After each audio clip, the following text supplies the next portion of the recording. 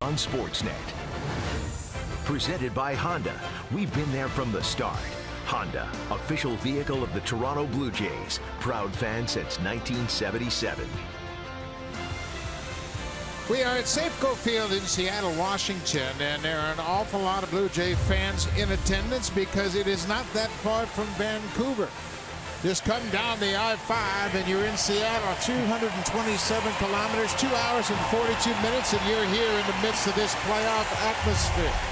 When the gates opened earlier, look at all the Blue Jay fans pouring into this stadium, and I can tell you what, they are supercharged for a great series. And it feels like a playoff type of atmosphere tonight. There's a lot of cheering, there's a lot of screaming, there's a lot of yelling, there's a lot of blue jerseys in the outfields and in the grandstands as the Blue Jay fans have come down to Seattle to cheer on their Blue Jays in one of the biggest series of the season. Everybody talks about, well, it's early, it's, you know, we got plenty of time. Well, you don't have much time now. It's not early. It's time to start playing good baseball, and the first thing the Blue Jays can do is start hitting a little bit better.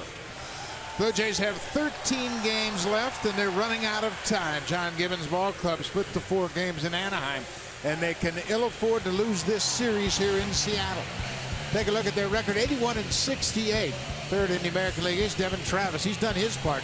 He's got a 15-game hit streak. He's hit over 400 during those 15 games with 6 doubles. Ezequiel Carrera, he gets the start tonight in right field. He has hit well in this ballpark, 5 for 14, but more importantly, this is a big outfield, and Marco Estrada's a fly ball pitcher, so they've got Carrera out in right. Tough assignment tonight for the Blue Jays. The Jays have lined up their best pitchers. Well, the Seattle Mariners have done the same thing. They know how important this series is. This is Taijuan Walker, 22 starts this season. He's 6-10 with a .428 earned run average, but that doesn't tell the whole story. The whole story is he's revamped his lineup, and he had one of his best games of his career. His last time out, he recorded his first career complete game shutout. Against the Angels, just 3 hits. He had 11 strikeouts, and he did not walk a batter. He tried the first 17 batters and took it on home for him. Against the Blue Jays, he's been pedestrian. 4 starts against the Jays. He's 0-2 with a very good earned run average at .366. Walker is set. Travis is in the box. Here's the first pitch of the ball game. It is in there for a strike, and we are underway. 18 degrees at the start of this game tonight. Devin Travis has averaged .310 for the season. Pulls this one foul wide of third. Had a chance to visit with Devin today before the game, and he was telling me he was here last year, right before he got injured. Remember, it was the series right here. The Blue Jays played, then they went home. Devin swung at a pitch and got injured. Then he said he's ready for it. He knows what it's like. He did not face Taijuan Walker last season. Travis strikes out, 1 away. Let's take a look at the defense. By the numbers, the defense hasn't performed that well. Aoki, Martin, and Smith in the outfield. They've committed 84 errors as a team. Kyle Seager and Marte on the left side have really committed a lot of errors. Robinson Cano may be having his best defensive season. Lynn, the former Blue Jay, at first, and Zunino behind the plate. That's been a mystery over at third base. Kyle Seager was a Gold Glove winner in 2014. He's played 143 games this year. He's played the most innings in the American League. He's been in 43 double plays, but he's made 23 errors over at third base. Josh Donaldson with a ball on the strike. Donaldson at .285 for the season.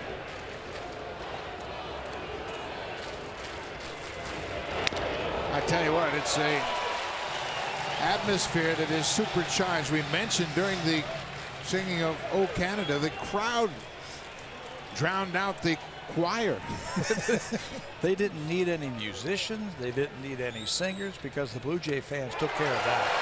Taijuan Walker throws a changeup and strikes out Josh Donaldson. 2 up, 2 down.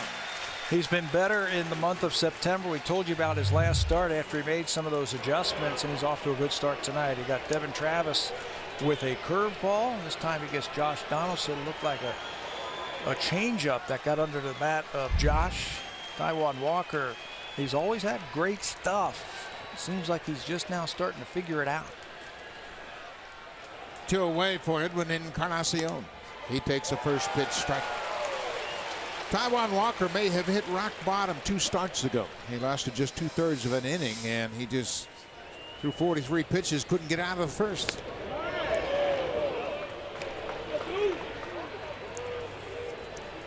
That start was against the Angels. He was actually booed right off of the field that day. It was right here. Gave up his share of home runs. Popped up into the seats.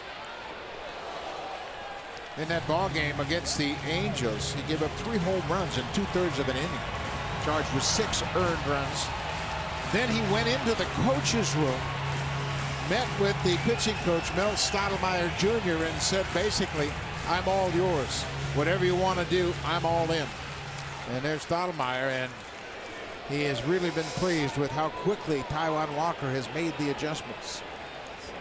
That hits Walker and goes into center field. Looked like it hit him above the glove on the left arm somewhere. And they're going to come out and check him, of course. Wow, that's going to bring the trainer Rick Griffin, the manager Scott Service, Mel Stottlemyre. He's going to come out too. If that name sounds familiar, yeah, that's Todd Stottlemyre's brother, Mel Stottlemyre, who was a pitcher in the minor leagues. He is now the pitching coach here. Fastball drilled right off of Taijuan Walker. He's a big man, about 6'4". And it looks like it got him probably in the wrist, right above the glove. That's what it looked like, just above the glove. And Rick Griffin is in his 34th season as the Mariners trainer. He's the only trainer the Mariners have ever had. So he has seen just about everything on the field, and now he's talking to Stottlemyre where he thinks that Walker was hit. So everybody's smiling as they walk off the field. That's good news for everybody in this ballpark. I want to see Taijuan Walker pitch. So Encarnacion at first with a 2-out single. Jose Bautista is the DH tonight.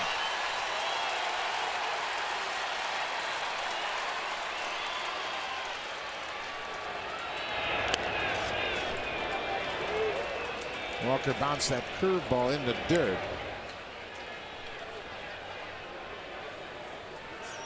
People from all over Canada.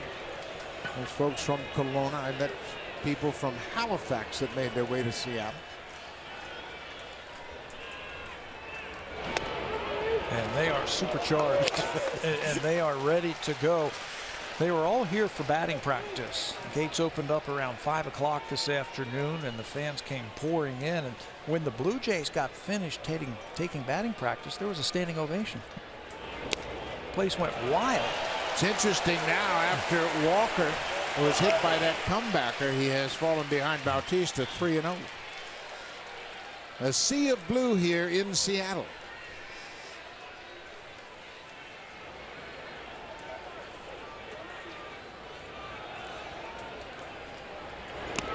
Bautista takes ball 4, and it looks as though that may have rattled Walker. He was firing nothing but strikes. Nothing but strikes. Remember, he did not walk a batter in his last start, that complete game shutout, and that's going to bring Mel Stottlemyre back to the mound one more time to say, hey, everything okay?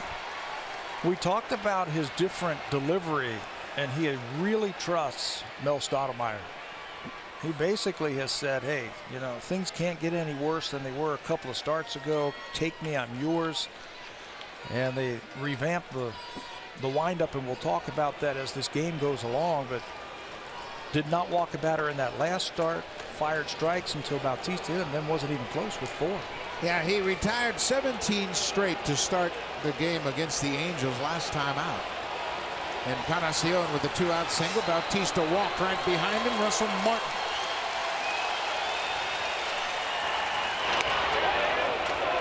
Five straight balls thrown by Walker.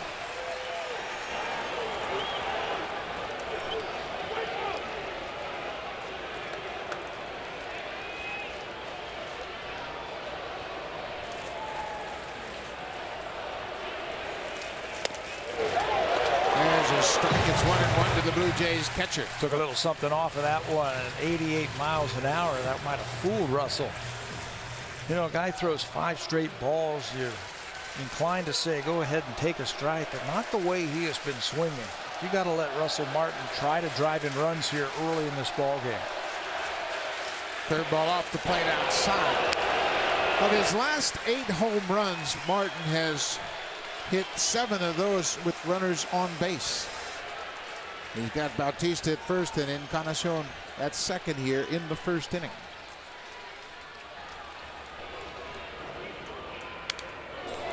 And a good rip. That's a healthy cut right there. Now there's 2 strikes. This is where you got to cut it down just a little bit. Walker is a strike thrower and a strikeout pitcher. With 2 strikes, he's going to use that curveball.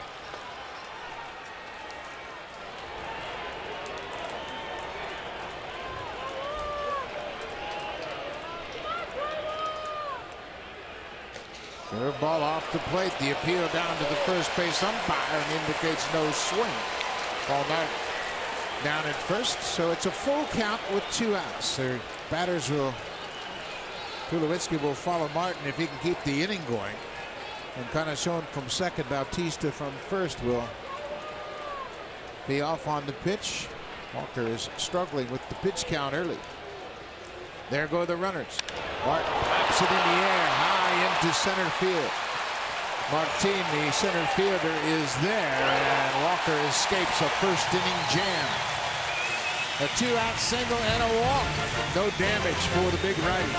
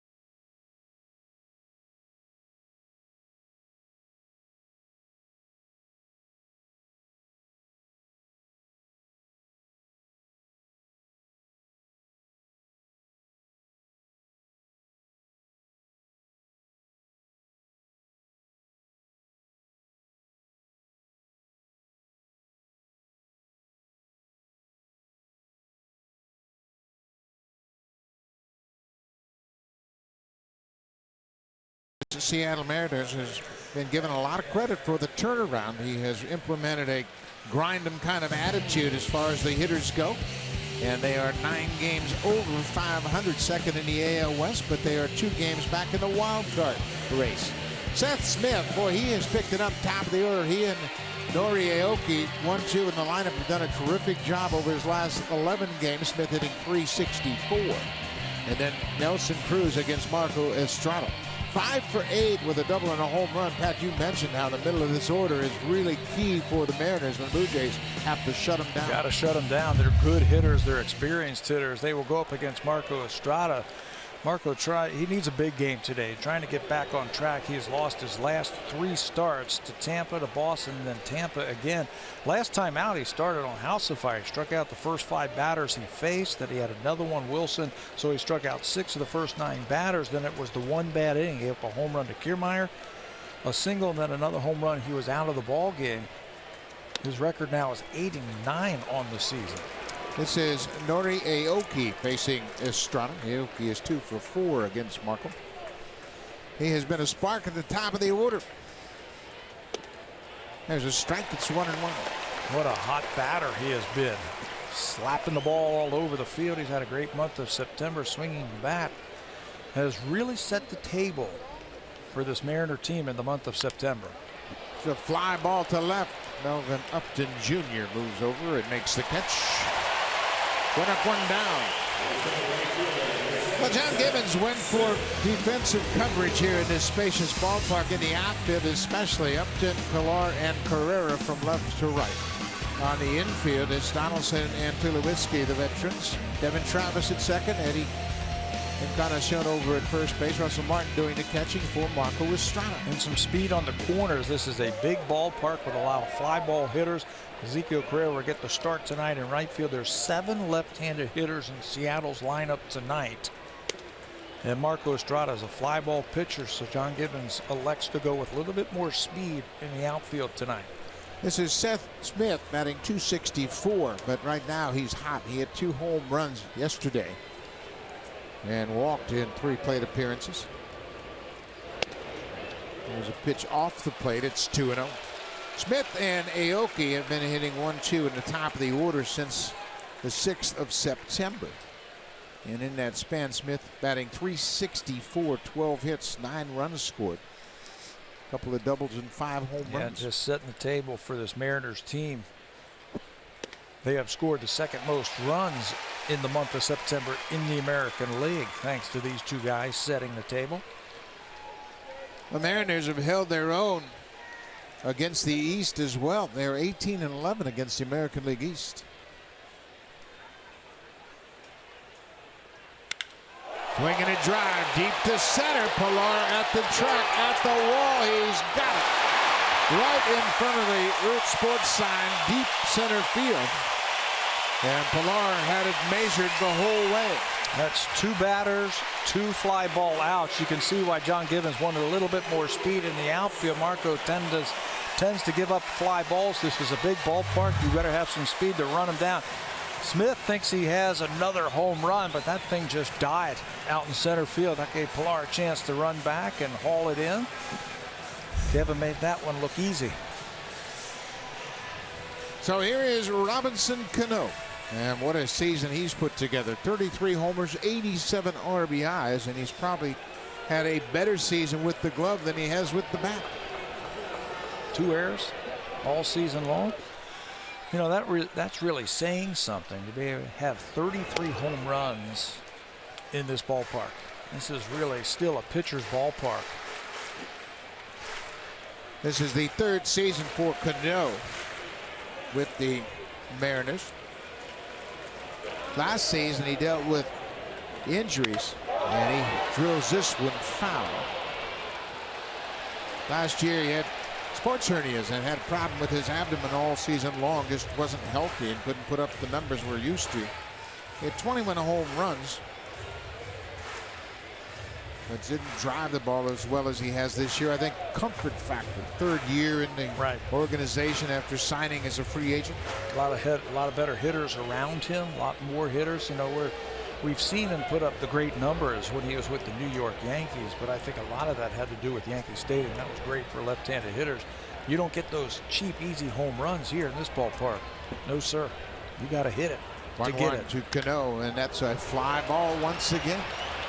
Kevin Pilar coming over, up in the left fielder, calls for it, and Marco Estrada retires the side in order. 3 fly ball outs.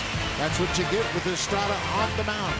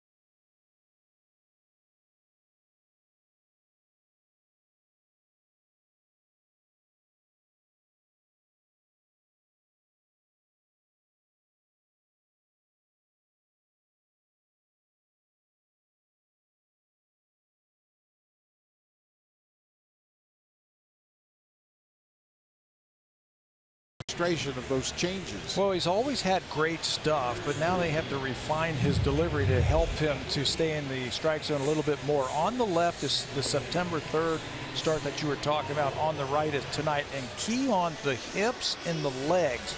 They want him to turn just a little bit more. Show your backside more to the batter. And as you can see on the right, you can see the leg is a little bit higher, and see how he's starting to turn, and he's turning his shoulders. On the left, that's not a power position. There's no power in that delivery. He opens up too quickly, and he just scatters the ball all over the place. On the right, he stays over the mound just a little bit longer. He gets his legs involved just a little bit more when you turn a little bit. That's the story that you were talking about with Mel Stottlemyre Jr., the pitching coach. He said, look, it's time to go back to work. I can see the problems that you are having.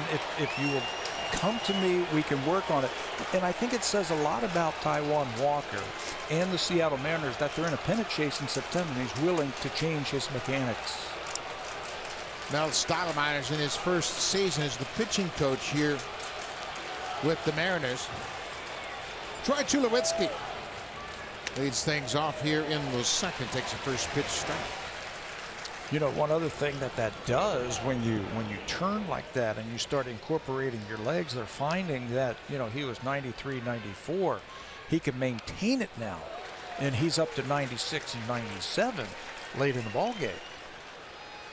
Yeah, he's a very big physical specimen, and he wasn't using his lower half to drive that ball through the strike zone. Now he's doing it very effectively.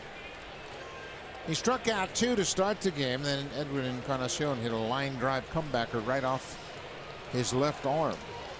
Into center field it went, and Bautista walked. A ball and 2 strikes to Troy Tulowitzki.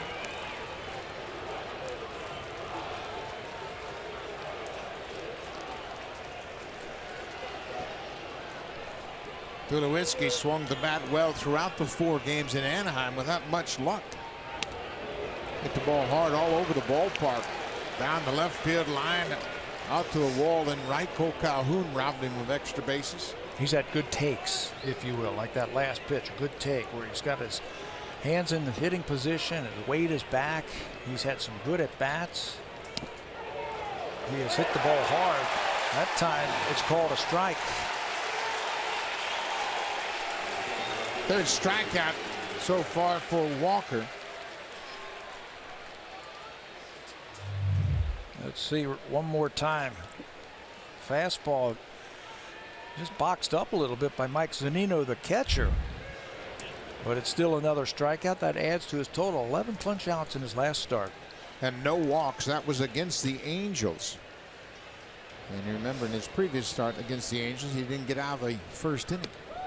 This is Ezequiel Carrera getting the start in right field. Carrera is 5 for 14 hitting in this ballpark, Safeco Field. 0-2.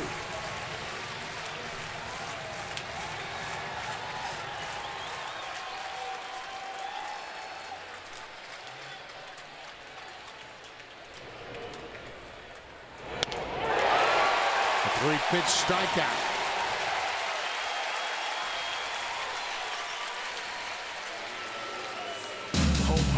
Building Center locations, proud partners of the Toronto Blue Jays, homeowners helping homeowners with expert advice.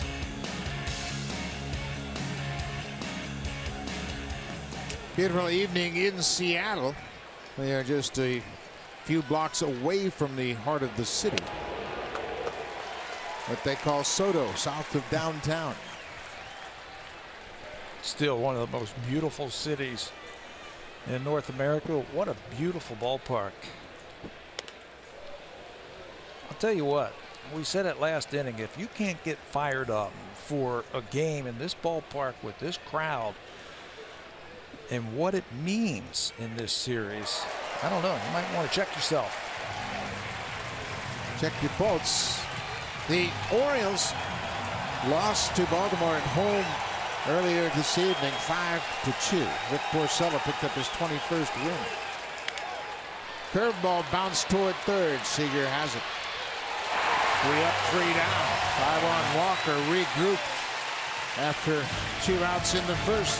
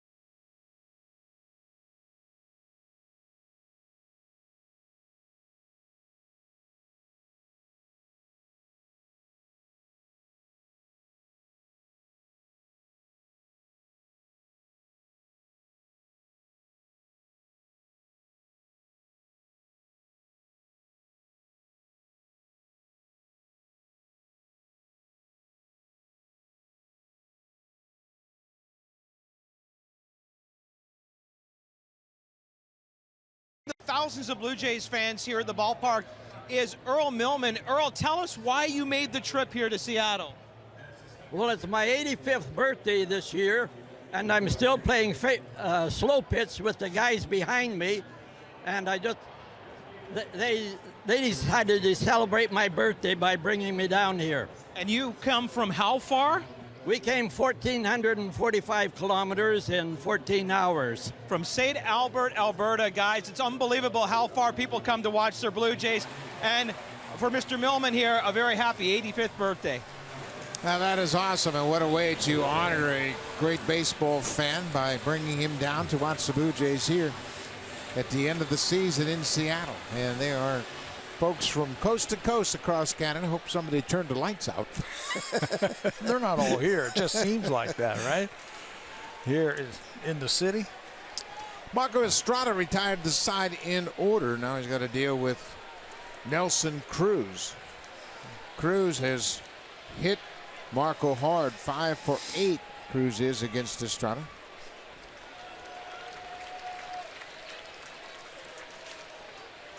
He's hit a double, a home run. He's hit well against the Blue Jays for his career. Yeah, some of his best games in his career have come against the Blue Jays. Another fly ball, a towering pop-up.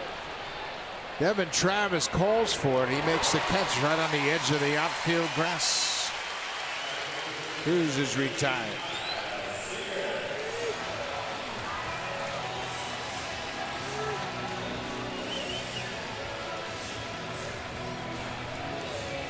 So this is Kyle Seager. Seager's had another fine season. He keeps getting better and better. His home run totals have increased 6 straight seasons. You know, I asked some of the Mariner people about Kyle Seager.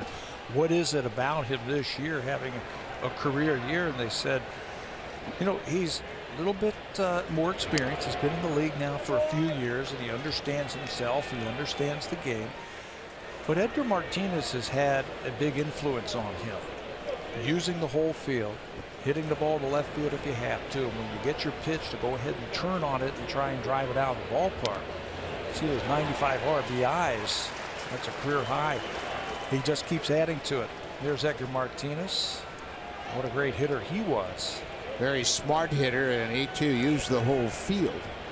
Trying to pass that approach on to his hitters.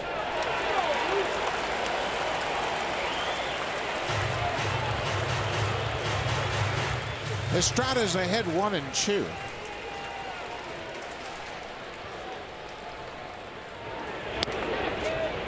Of course, Kyle Seager is the older brother of Corey Seager, an outstanding young shortstop for the Dodgers. They have both combined to hit over 25 home runs. First pair of brothers to do that. Yeah, think about that. First pair of brothers to do that. There's that ball the other way. Another fly ball, another chance for Upton. 2 away.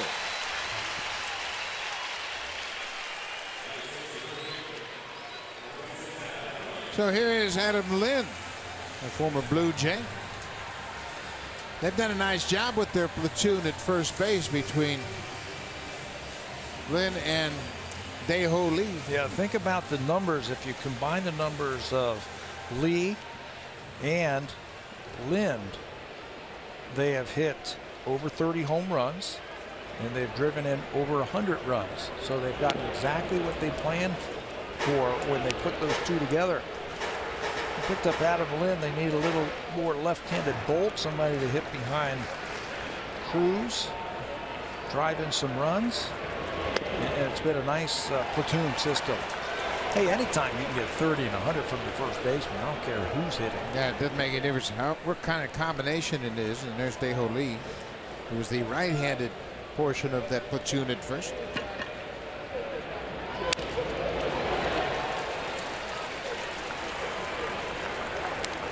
They've done the same thing with Seth Smith, and they're kind of using combination there in the outfield as well. And Scott Service has been very consistent with that also. If the Blue Jays or the opposition makes a change in the middle of the game, Scott Service is going to go right to his other guy. So if they bring in a left-handed even in the 5th inning to face Adam Lynn, he's going to bring his righty off the bench. He's not going to wait around. 2-2, 2 away. Bottom of the second inning.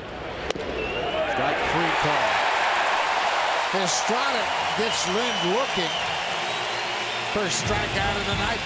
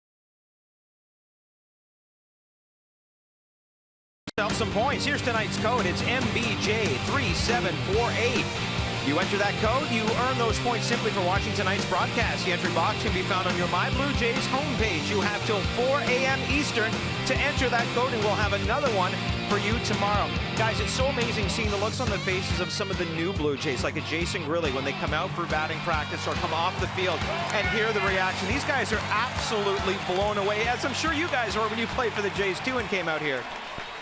Well, I don't remember this kind of following when I played for the Blue Jays out here. I think this is a fairly recent phenomenon. I remember it as a broadcaster. This is my 7th year back as a broadcaster.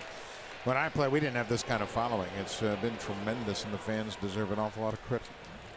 Kevin Pillar goes after the breaking ball. Tough play for Walker, and Lynn can't make it. Lynn tried to dig it out of the dirt. He had a stretch. It was to his glove side, and he couldn't hold on to it.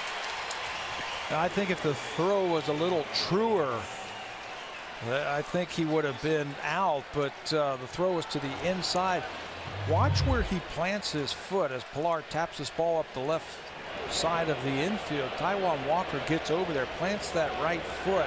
There's a little give right there, and that's why that throw to the inside part of the infield, and Pillar's going to beat it out. Walker slips a little bit, and you got to be concerned about a possibility of a groin strain, something like that. He's a big fella, as we mentioned, 6'4", 235. He put a lot of weight on that right foot. And a great athlete too to get over there. So Devin Travis heads up. Take a look at some of these pitches and see if he's still pushing off on that right leg. He misses with the first pitch to Travis. Devin struck out his first time up.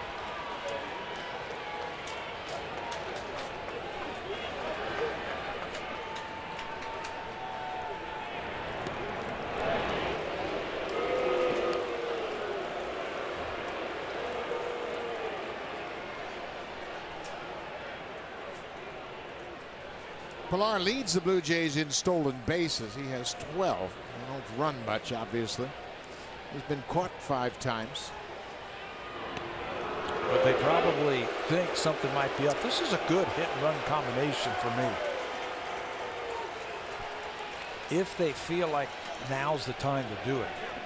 Hit a guy in the scoring position. The Blue Jays have been hitting into a lot of double plays also this month.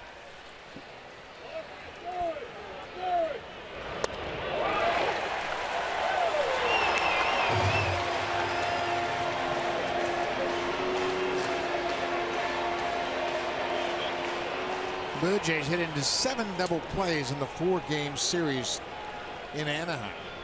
Kind of snuffed out any potential rallies. There goes Pilar. He got a great jump. Zunino's throw is in the dirt and late. Pilar picks up the stolen base, his 13th of the season. Boy, he got a good jump. He got a running start over there at first base. And if you're Devin Travis, put it in the back of your mind who was covering on that steal attempt right there by Pilar. It was the second baseman, so the whole right side of the infield is going to be open next time. If this happens, there looked like there might have been some confusion on who was going to cover because the shortstop, Marte, looked like he was breaking too. But the Blue Jays have a runner in scoring position and nobody out. Got to move him. Slow breaking ball, and Travis strikes out. In these tight ball games, you've got to take advantage and have productive outs. This is a slow curve ball, and Travis can't put the bat on the ball. Devin was saying before the game, the last season, the game that he did not play in this stadium was against Taijuan Walker, so he had never faced him before. He had never seen his curveball before, and he's 0 for 2 with a couple of strikeouts. The next game is when he hurt his shoulder and was out for the rest of the year. That was back at Rogers Center. Josh Donaldson, hot shot off the glove of Seager.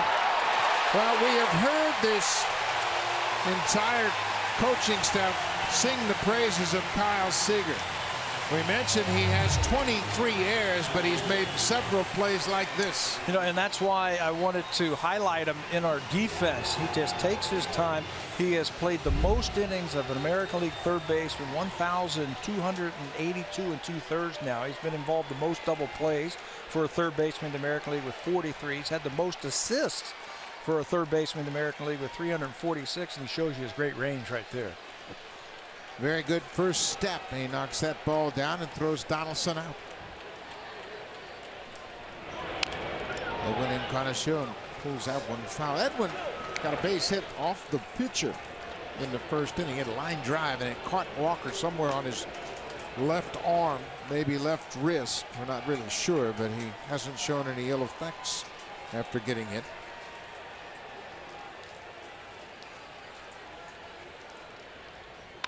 Swinging and drive deep to left. This one is back and gone. Number 41 for Double E.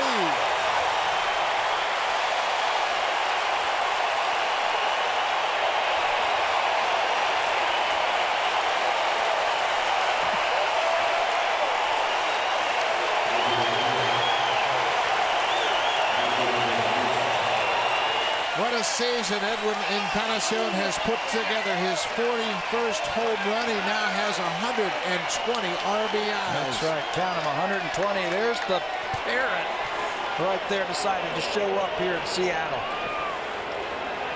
Now, if he'd just get a little bobblehead of Edwin and put him on his arm, roles would be reversed. That looked like a changeup from Taijuan Walker, and it stayed over the middle of the plate, and Edwin timed it up beautifully.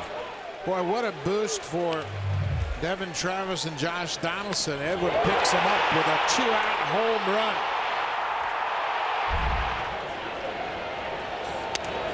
Travis struck out. Donaldson was robbed of a base hit, and Edwin picks him up with a smash into the seats in left. Well, look at the bench.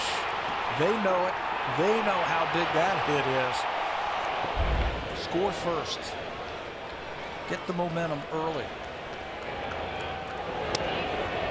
Bautista takes his strike. It's 3-1.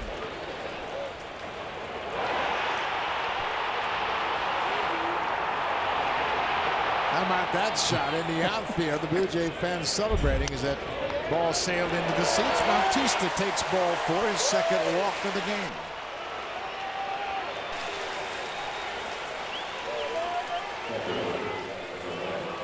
First blood drawn by Edwin Encarnacion. I'll tell you right now, Taijuan Walker's a little frustrated. He gave up the home run to Edwin, that bomb, and then he walked Bautista, and he came storming off the mound. I think that's why Mike Zunino went out there to talk to him and try to calm down his young right-hander. Yeah, he caught the ball barehanded. You can see he was frustrated. Encarnacion has gone 2 for 2 already.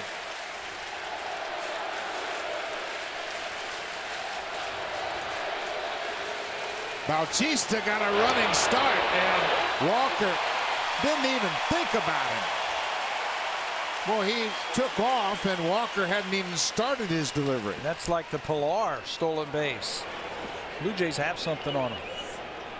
They see something. Tim Leeper will go in and watch a lot of video and try to pick something up on that pitcher to help those base runners to steal a base. That was an easy one for Jose. Watch him one more time. Maybe it's the way he gets set or the timing, but Jose's halfway to second base when that ball gets to home plate. Just the second stolen base for Bautista, but he picked the pocket of Taijuan Walker.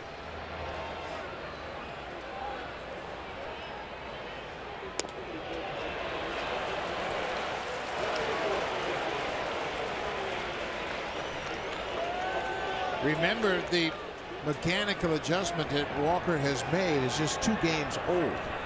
And when you get into a stressful situation, you have a tendency to revert back what you've done most of your season. Yeah, go back to something that is as comfortable. Marte has it. It's short. Martin is thrown out, but the Blue Jays break out on top thanks to the 41st home run of that man. Edwin Encarnacion with a man aboard goes deep. 2-0 Blue Jays.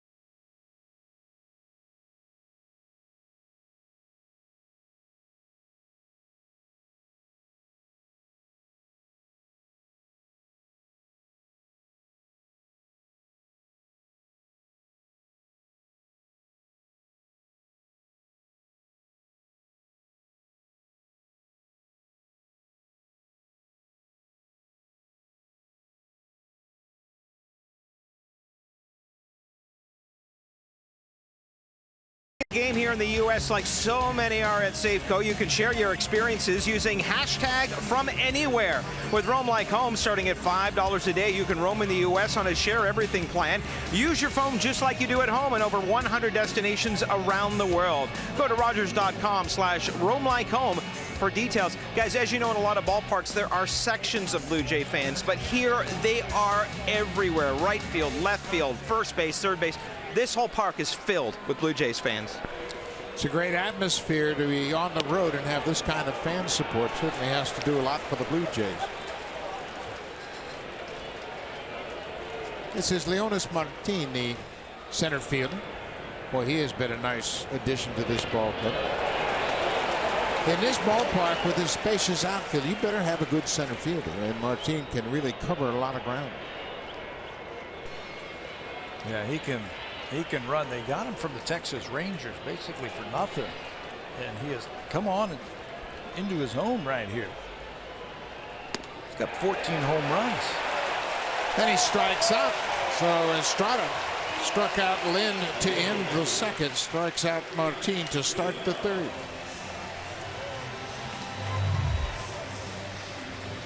You can see Russell Martin. He's got the high fastball. He wants it up there, and Martin cannot hold up. That's something we might see from Marco in this start. Maybe some more fastballs this start, because Seattle back in July was waiting for that changeup. He made that start against Seattle on the 22nd of July and lost a tough ball game 2-1. But during that game, you sensed that Seattle was sitting on their changeup. They're experienced hitters.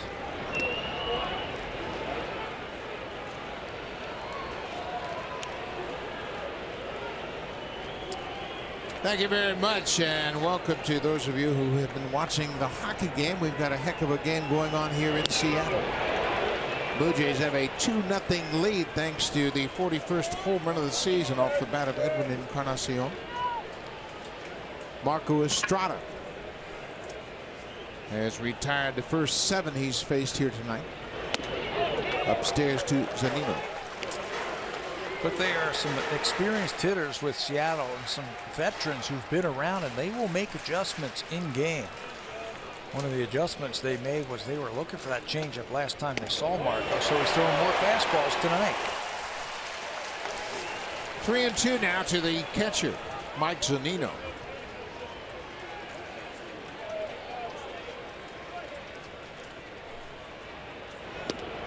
Strike 3 call. He was looking for something other than that fastball, and now he's giving it to the home plate umpire, Chris Conroy.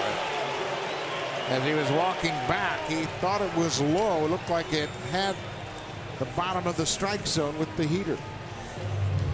Yeah, he was looking for something off speed. Just watch him as this ball is by him. He is on his way to first base, but that's high enough. You can see that ball cross right over the knee. Good pitch. This is Ketel Marte, the shortstop. He's a switch hitter. Marte batting .264 for the season. And check half swing, and he drops it foul.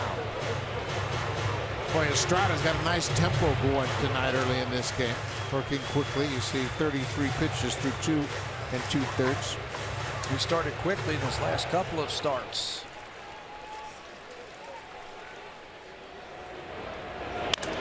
Broken bat, grounder to Travis. That's the inning. 9 up, 9 down for Marco Estrada. He's been staked to an early lead.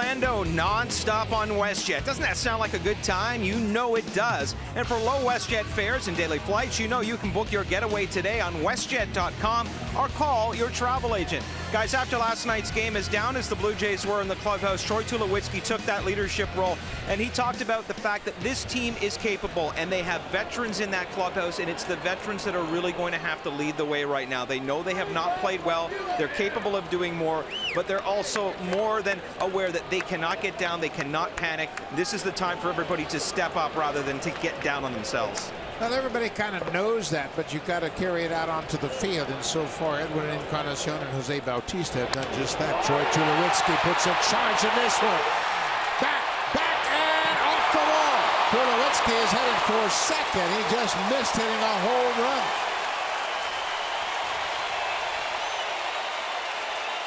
You know, you just mentioned that you got to have some speed in this outfield because there's a lot of space out there. And Leonis Martin, the center fielder, I think gave up on this ball a little bit too early. He thought this ball was gone, but look where it hits. Off the wall. He had stopped before the warning track. Watch him in center field. He just stops, and it stays in the ballpark, and Tulo's going to leg it out for 2. Yeah, if he plays that out, he's got a chance to make a catch on it. It was about 2 feet below the top of the fence. Got to move him here. Bunt him over if you have to. And Zeke can bunt. What a beauty. Walker again has to make a good play, and he responds. He has slipped twice in fielding these little check swings and bunts, and now it looks like he is concerned again. Yep. He's tweaked that right leg twice on the same type of play. And I think Rick Griffin's going to come out and take a look at him again. There's some slippage as he planted that right foot again. You can see he's walking very gingerly, and Kyle Seager's out there to slow Kyle things Seager down. wants the trainer to come out. He wants him to have a look, and now Mel Stottlemyre is going to come out of the dugout again. He's going to bring a trainer with him, and I don't think they're going to let him throw another pitch until they check him out. But he has slipped twice. Perfect bunt by Carrera. Watch the big righties plant that right foot and then look down once again. He feels it. He feels something. Well, you cannot perform with a strained groin. You do everything. Your legs push, you drive. We've been talking about how he's changed his delivery. He puts a lot of stress on that. So he's got to be brutally honest with his trainer right here. I think he felt it on the first one, the swinging bunt by Pilar last inning. And I definitely think he felt it right there on that sacrifice bunt by Carrera. And being brutally honest, you know you want to be in there. You're competitive. This is a big series. You want to be in there. But if it doesn't feel right, you're doing your team a disservice. But he's saying he feels okay. Well, what will happen is you can see he just reached inside and felt that area that it's the concern. But that's his push-off leg. And if you pitch without pushing off, you're going to put stress on your arm, your shoulder. You're going to leave pitches up in the strike zone, and you're going to get hit hard. So we'll see. Infield comes in now for Upton. Upton grounded out to third, his first time up. Oh, he's got to get a ball in the air, get something he can drive to the outfield. Walker drops the curveball in for strike 1.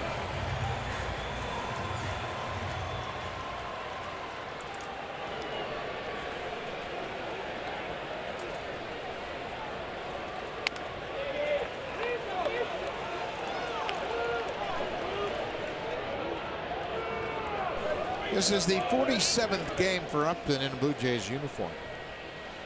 Batting .203 since he's joined the Blue Jays. Hit 4 home runs and driven in 16. Breaking ball inside. For the season, Melvin has 20 home runs. 16 with the Padres prior to the trade. Boy, and the ball's got to be right there. Now straight back. Troy Tulowitzki's at third. He opened up the inning with a double off the wall in deep left center. Blue Jays are up 2-0. They will probably play the ball through right here.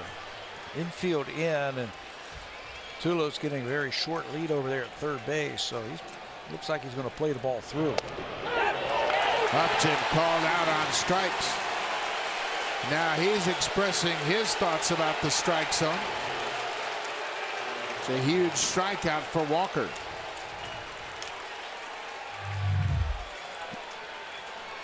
Take a look one more time. Thinks it's low from the side. You'll be able to tell. That's right at the knees. Oh, we've seen a big life-size parrot here. Now Kevin Pillar has his fan base supporting him. All the Superman t-shirts and the red capes.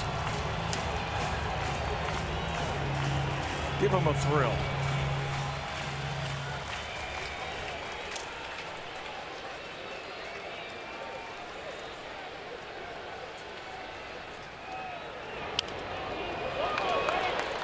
Kevin had that swinging bunt up the third base line his first time up. That was the first time that Taijuan Walker slipped fielding a ball.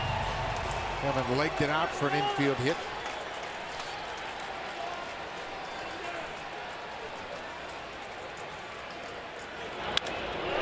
Into right. That's going to get down for a base hit. Here comes Tulowitzki. It's 3-0 Blue Jays. Superman delivered. That'll give the Pilars a chance to cheer out there. The Superman. There they go. They're loving what they're seeing from their superhero. 0-2 pitch. Have you noticed that Walker is not turning as much now? There's a base hit by Pilar. He's not turning and pushing off with that backside since those 2 swinging bunts. Pilar gets another great jump. Here's the throw from Zunino off Cano's glove. Kevin Pilar's second stolen base, and Pat, you might have hit on something. Blue Jays might have picked up something that Walker does to indicate he's going to go home. Well, there's no question that they have something. They've spent the time in the video room and they picked something up, and they're not even waiting around anymore. Watch Pilar one more time. See you later. He is off with his second stolen base. Bautista stole the base uncontested in the third. Devin Travis has struck out both times he's come to the plate.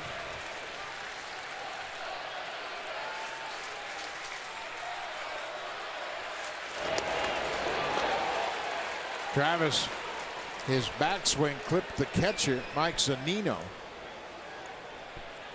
Boy, did it ever. He's got that exaggerated follow through and that finish where he lets go of the top hand. Watch where that bat hits the catcher. Right in the mask. Knocks his mask off. A ball and 2 strikes to Travis. Pilar's at second base with 2 outs.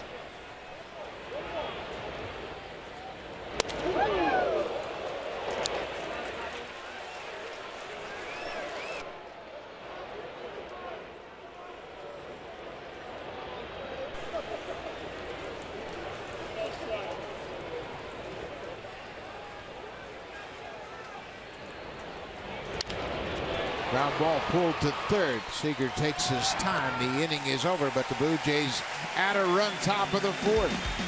Troy Tulowitzki started it off with a double.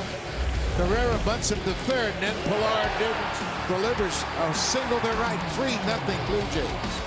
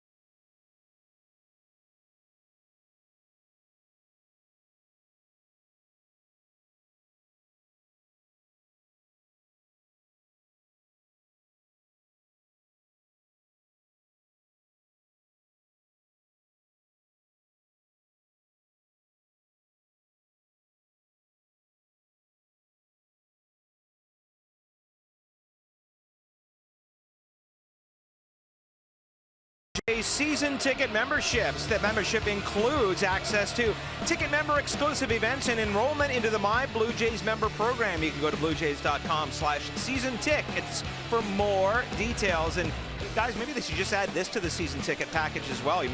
They're all here anyway. There are a lot of fans here for sure as we move to the bottom of the 4th, back to the top of the order. Nori Aoki flied out to left field his first time up.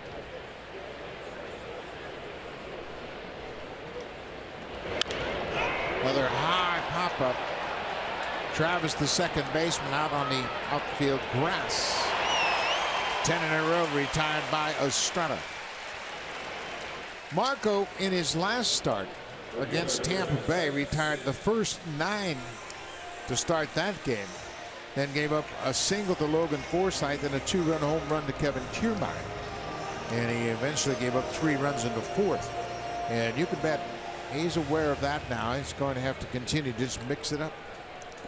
The numbers actually look worse than what they were. He gave up a single, then a big home run after he left the ball game. Another run was charged to him. But you're right. He knows that he's had his bumps in the road, if you will, in his last couple of starts. He's lost his last 3 decisions. He hasn't won in September. Seth Smith hit one to the wall in center his first time up.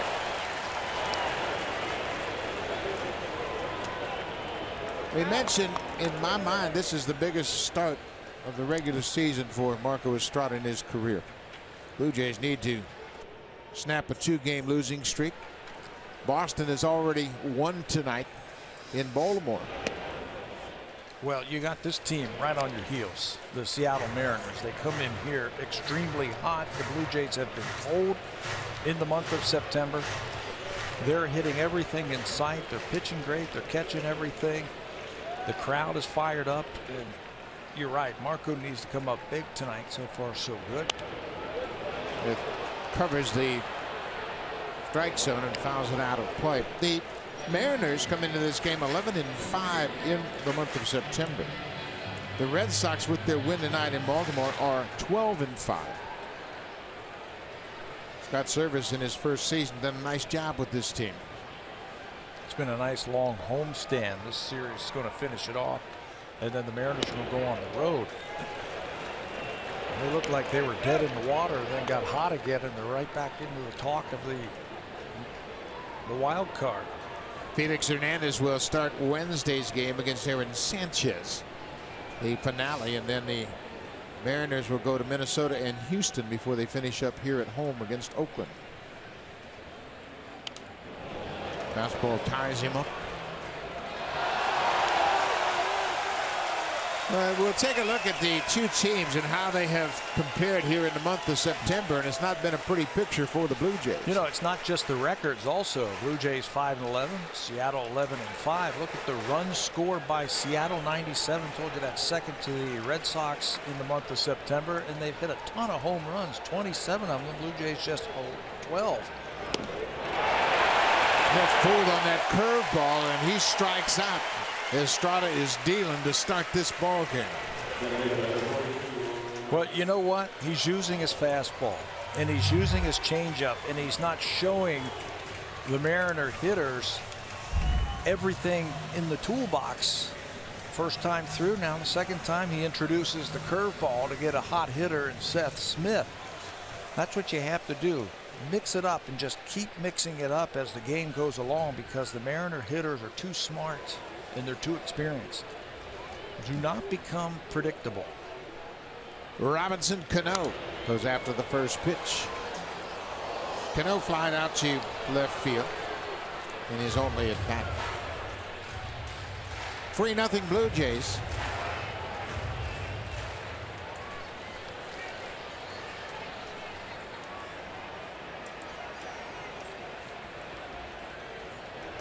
The Tigers are idle tonight. They are the other team, 2 back of the Blue Jays, tied with Seattle for that second wild card berth.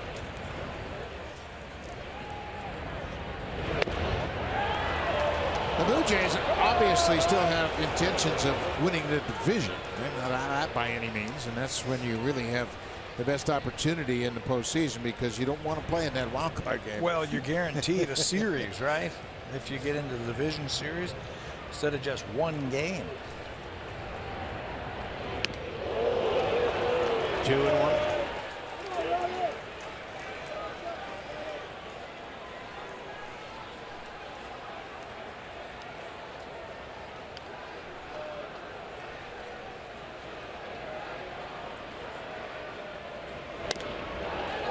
it's 3-1. Nelson Cruz is on deck. Three He's straight. been a big part of this resurgence here in Seattle. Giving some protection to that guy right there. 3 straight fastballs to Robinson Cano.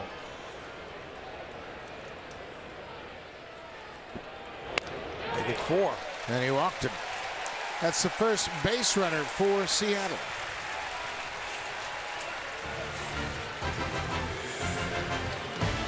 A lot has changed in 40 years, but one thing hasn't. Honda, proud fan since 1977, official vehicle of the Toronto Blue Jays.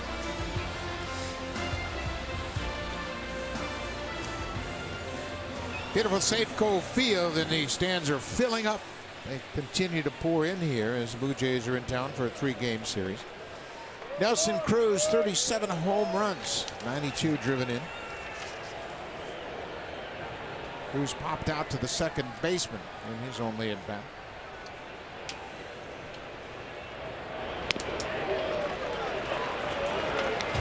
Marcos missed with that fastball down. And he walked Cano on a fastball that got away from him. It's a Mariners team that can slug it out with you now. That string, pulling the string right there, that changeup. In the past, they didn't have the home run hitters. They didn't construct their team with some home run hitters because they played in such a big park, but they went out and they got Cruz a couple of years ago. Adam Lynn last season, the development of Seager. They signed Robinson Cano. Now they've got a very formidable middle of the lineup. Good curveball, very patient delivery from Estrada, and he drops that hook in for strike 2.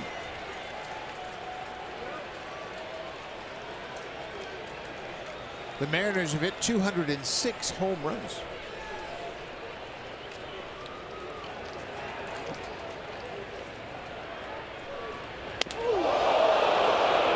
Straightened him up with that fastball. And Cruz had something to say to him.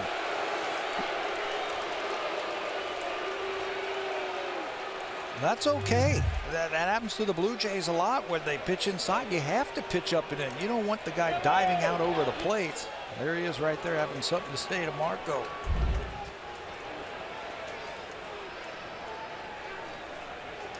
2-2.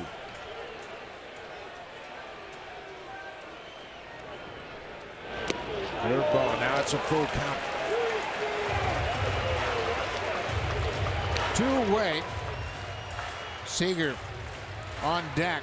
Cano at first will be moving on the pitch.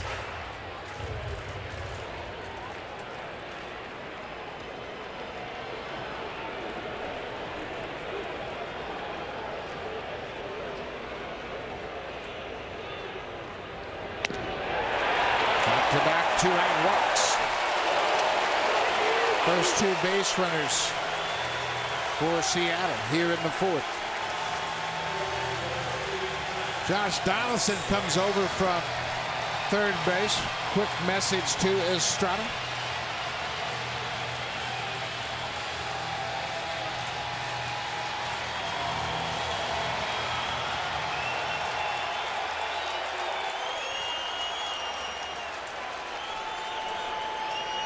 Kyle Seager. Cano's at second, Cruz at first.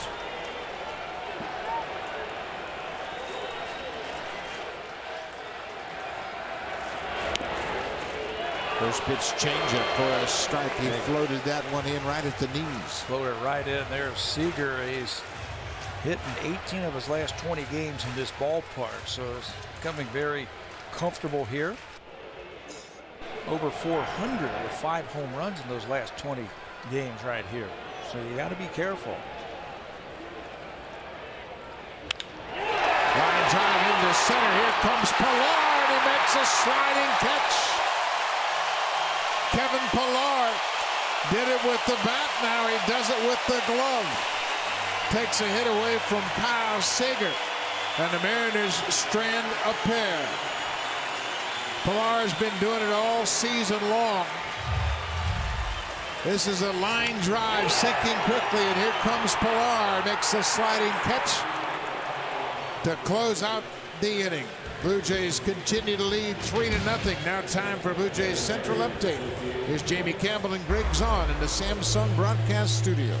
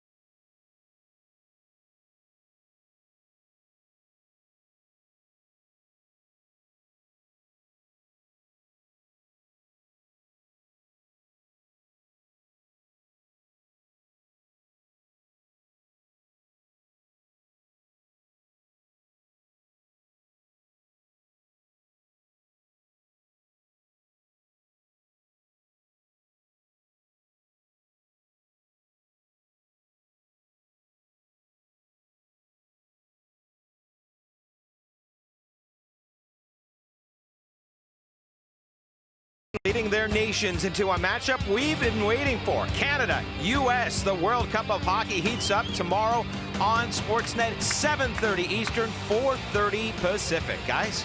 Thank you very much, Barry. That's great hockey action. We've got some great baseball action here as Donaldson takes a first pitch breaking ball from Taijuan Walker. JD was robbed of a hit his last time up by the third baseman Kyle Seager. The ball looked like it was headed into left field. Seager dove to his left and made a nice play. Robbed of an RBI, too. Another at second base. That looked like a sure base hit for JD. But Seager robbed his counterpart. Fastball away, missed. 2 balls and a strike to Donaldson leading off the 5th. Donaldson, Encarnacion Bautista.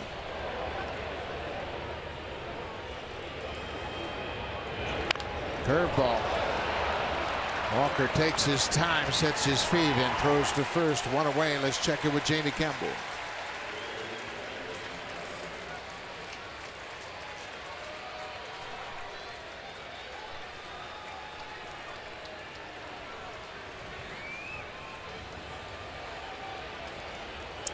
Giants are 5 games back of the front-running Dodgers.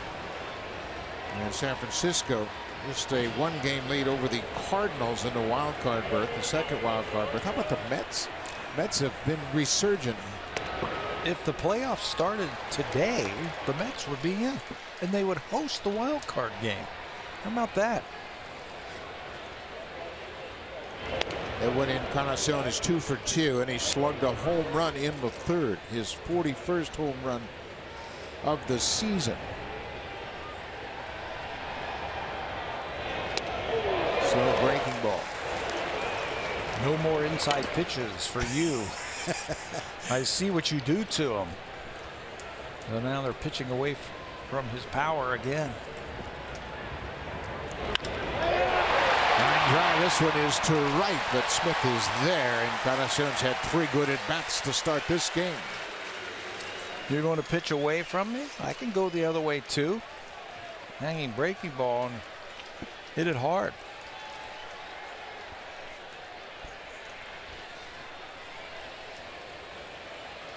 Encarnacion retired for the first time tonight. Bautista's walked twice and added a stolen base. We heard Bautista's comments in the pregame show about everybody needs to just do a little more. Trying too hard, just do what you can do.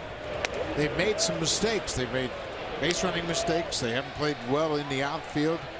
Haven't played well defensively. They've committed 5 errors in 4 games in Anaheim.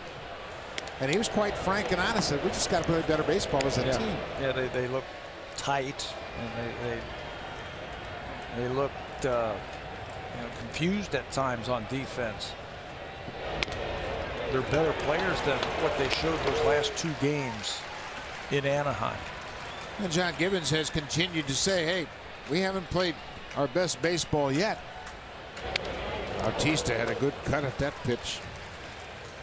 But after this game tonight, Blue Jays will have just 12 games left. You better play quickly. Yeah. It's getting late early here. It's time to start playing your best baseball. Off the plate. Walker wanted it, didn't get the call. Full count now to Bautista. Kevin Pillar with an RBI single and a nice sliding catch so far. Bautista waits on the curveball. Hits it to Seager. Blue Jays go down in order in the top of the 5th.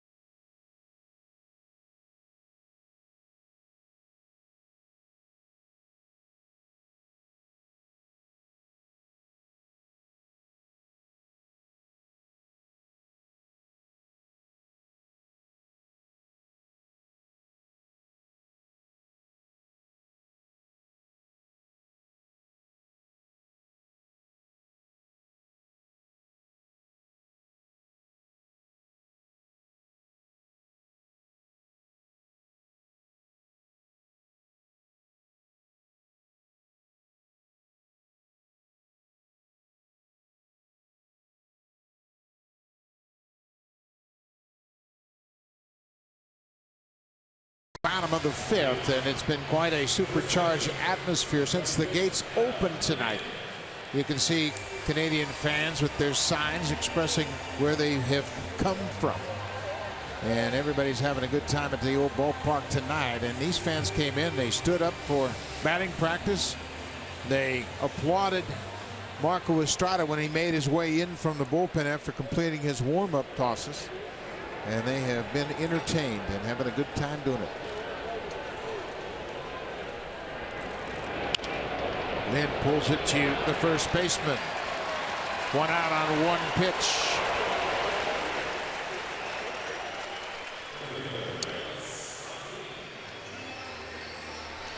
They mentioned Marco pitched 2 of the biggest games in the postseason last year for the Blue Jays, when he beat Texas and then beat Kansas City after Kansas City scored 14 runs the night before. He came back and shut them out literally and kept the Blue Jays' hopes alive. Forced to Game 6. Those were both elimination games, weren't they? Yes. For the Blue Jays? I mean, think about the first one in Texas. The Blue Jays lost the first 2 games at home, had to go on the road to Texas, and it was up to Marco Estrada to get him to Game 4. And he was outstanding against the Rangers in that pressure-packed moment. This is a pressure-packed game. Oh, without question. The Blue Jays have lost their last 2 games. They split the 4-game series. It's a 3-game series against a team that's also fighting to win a wild card berth on their home turf, much like in the playoffs, like we were just talking about when he went into Texas and beat the Rangers. The Blue Jays have lost 7 of their last 8 games here at Safeco Field. This has not been a very friendly spot for them.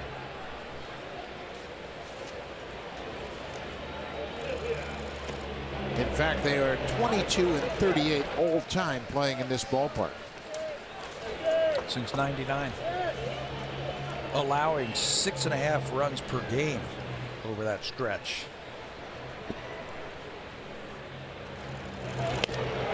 Martin strikes out. A very good changeup from Estrada. 2 up, 2 down here in the bottom of the 5th. You know, if you establish your fastball early, like I think Marco has done, then you can do this. You can throw that great changeup on top of taking a little something off of it. That one looked like it faded away from the left-handed hitter Martin. Just an excellent finishing pitch right there for Marco Estrada. Mike Zunino was called out on a low fastball his first time up.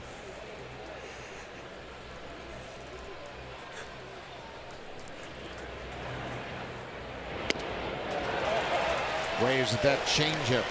Zunino is catching his 41st game. When he went to spring training, he knew he wasn't going to make the team. The reason he knew that is the manager, Scott Service, flew down to Florida, had a meeting with him, and said, "You're not going to make the team. We're going to send you to Tacoma. You have to become a more disciplined hitter."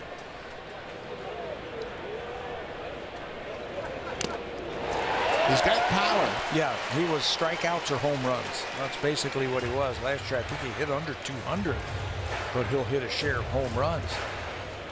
And Scott Service has taken that message to every one of these hitters. Let's have better at-bats. Make the pitcher work. 2-2 pitch. Zunino takes another low fastball. This one is down for a ball. Blue Jay fans of all ages here at Safeco Field.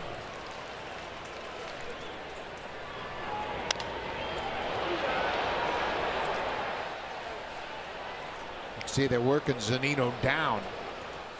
That's where they struck him out in the 3rd inning with a low fastball. Going right back to it.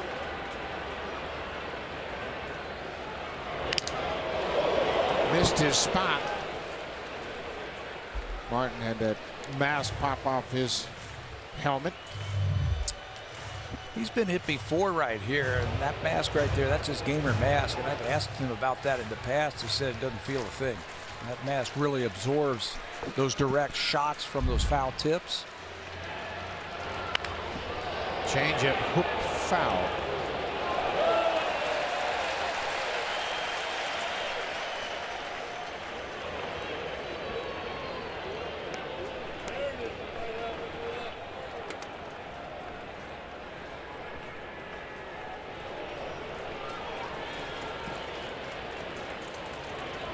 Curveball for strike 3. Zunino called out for a 2nd time tonight.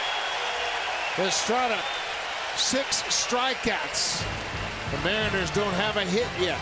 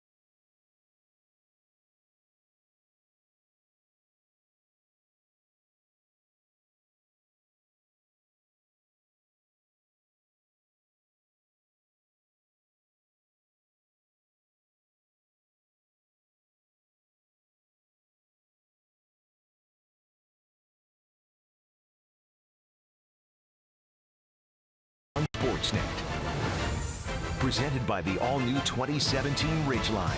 A lot of things have changed, but one thing hasn't. Honda, official vehicle of the Toronto Blue Jays. Proud fan since 1977.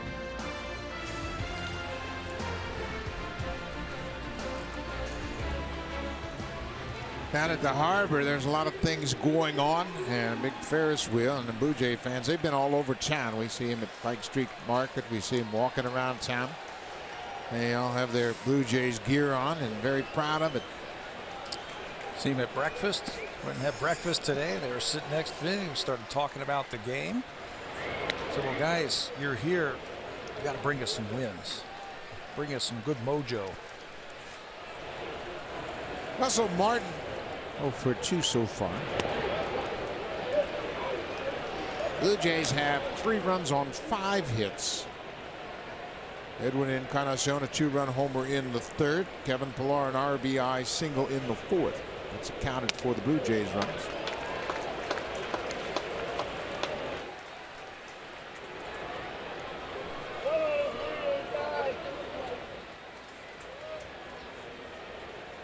You see Taijuan Walker wants to work quickly.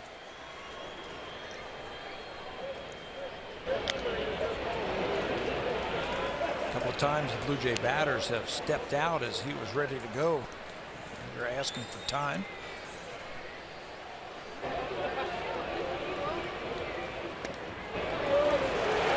Russell Martin takes ball 4, a leadoff walk here in the 6th. That's the 3rd walk issued by Walker. Troy Tulowitzki doubled and scored in the 4th. Tulowitzki, his 16th double of the season. Russell Martin can run a little bit too. The Blue Jays have run on Walker tonight. 3 stolen bases, and he's going to check in on Martin. He doesn't have a very big lead. You can see just a couple of steps he got back easily.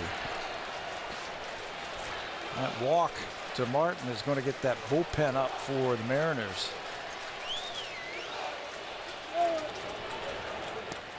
Curveball for a ball. Drew Storen, former Blue Jay, is loosening up for Seattle.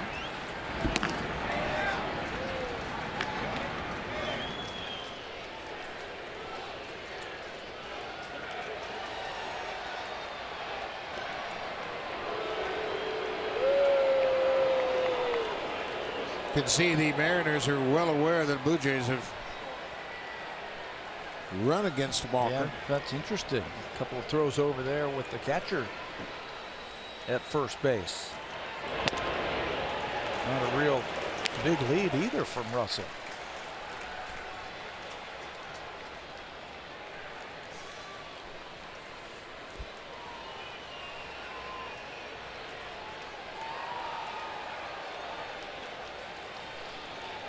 Ball and a strike to Tulowitzki. Chopper, and Walker slipped on the mound, but Seager is there to make the play. Walker, in his follow-through, slipped and couldn't make a play on that. I still think he's feeling the effects of slipping earlier in this game, fielding a couple of balls. It looks like he's walking very slowly and very gingerly around the mound.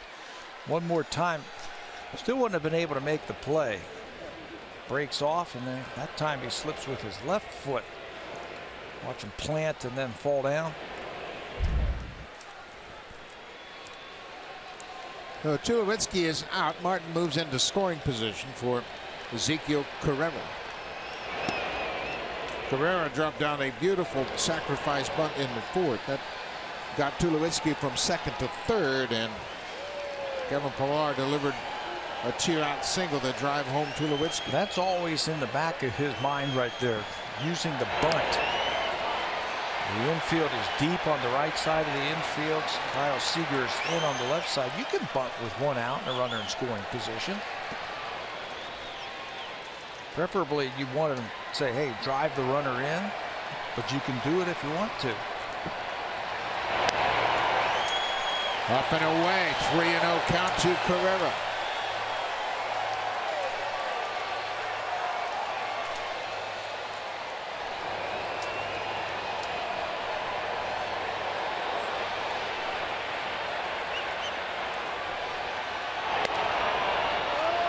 0-4.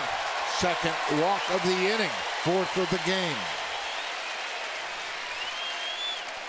This copyrighted telecast is presented by authority of Rogers Blue Jays Baseball Partnership and may not be reproduced or retransmitted in any form. And the accounts and descriptions of this game may not be disseminated without the express written consent of Rogers Blue Jays Baseball Partnership. Scott Service is out of the dugout, and he has made the call to the bullpen. Taijuan Walker walking 2 here in the 6th. Or has he made the change yet? Yeah, I saw Drew Storen come down, and here he comes. So Walker is out. He goes 5 1/3. He is responsible for the 2 base runners. He leaves trailing 3-0. Drew Storen will come on to face Melvin Upton Jr. when we come back to Seattle.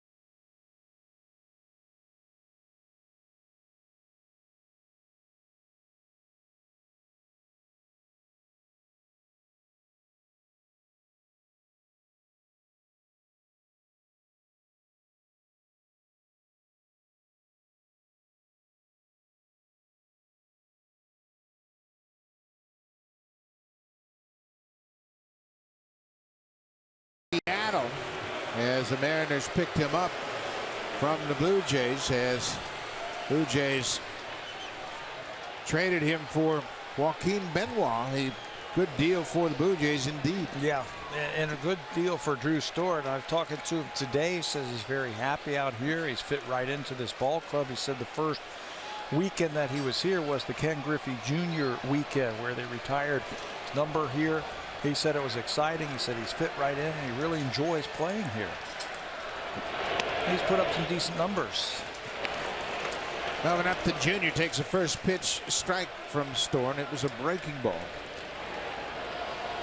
Storen making his 14th appearance since coming to Seattle. They've got the 8th inning covered and the 9th inning, so they've been bringing him in the 6th and the 7th inning to bridge to the end of the game. He's always got that little curveball, fastball combination.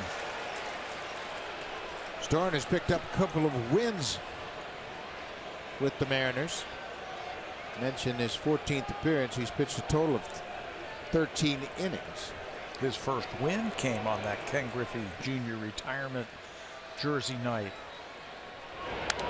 Upton fouls it back.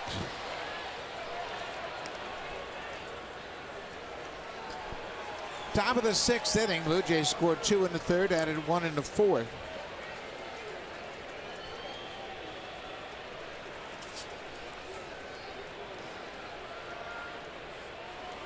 Upton is 0 for 2 with a strikeout.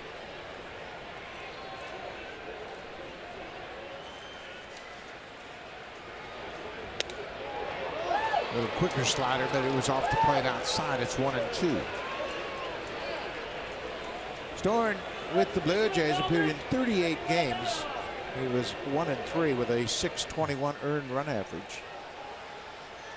He actually picked up 3 saves while with the Blue Jays.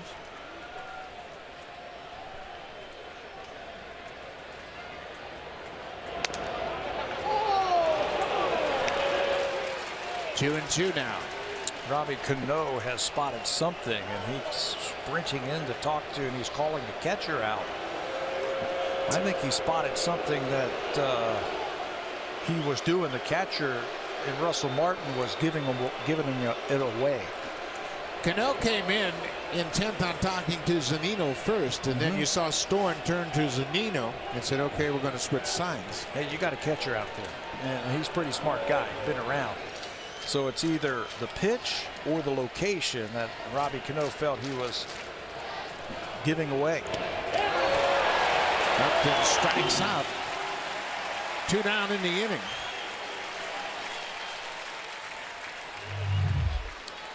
Looked like Storen took a little something off of that breaking ball, and he strikes out Upton. That's the second time that Melvin has struck out tonight.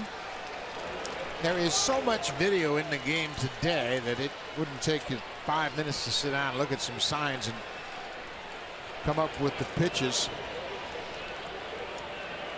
2 outs. Kevin Pillar had a 2-out single his last time up. Well, Robbie Cano's been around long enough, and he's experienced enough.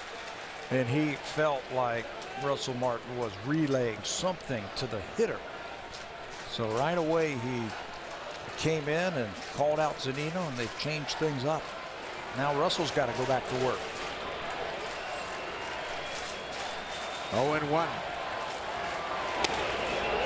Now it's 0-2. Kevin is 2 for 2 so far tonight.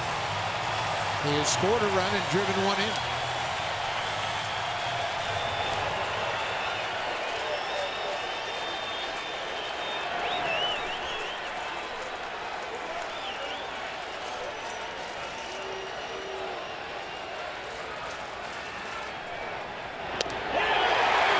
Strikes out. Pillar comes out of the bullpen and strikes 2 out to close out the inning. Saves a couple of runs for Taijuan Walker. We'll go to the bottom of the 6th. Marco Estrada has yet to give up a hit.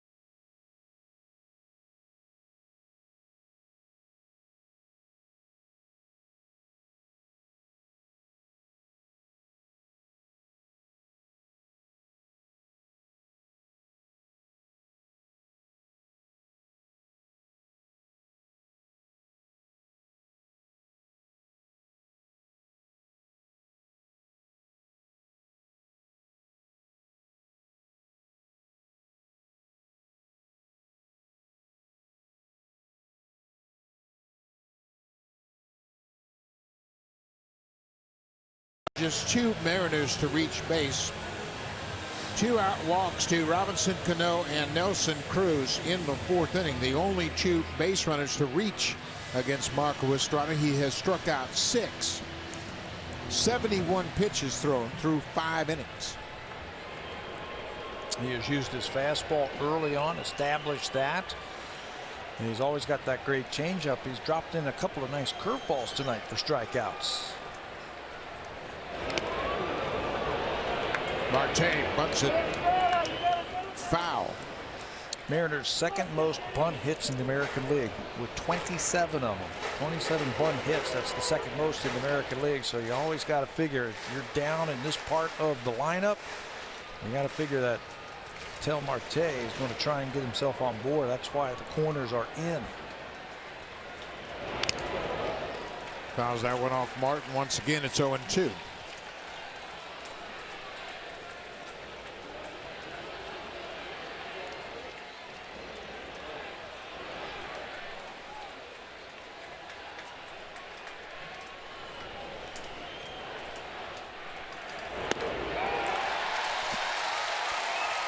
7 strikeouts for Estrada. Well, he's used the fastball very effectively. He's used his changeup very effectively. Look at this one as he gets it on the outside corner. He can go upstairs to get Leonis Martin. He can go downstairs to get Mike Zunino. Change speeds with the curveball. Emergency hack right there. Everything is working right now for Marco Estrada as he works into the 6th inning. That was his 7th strikeout already. Tony Aoki goes after that first pitch changeup.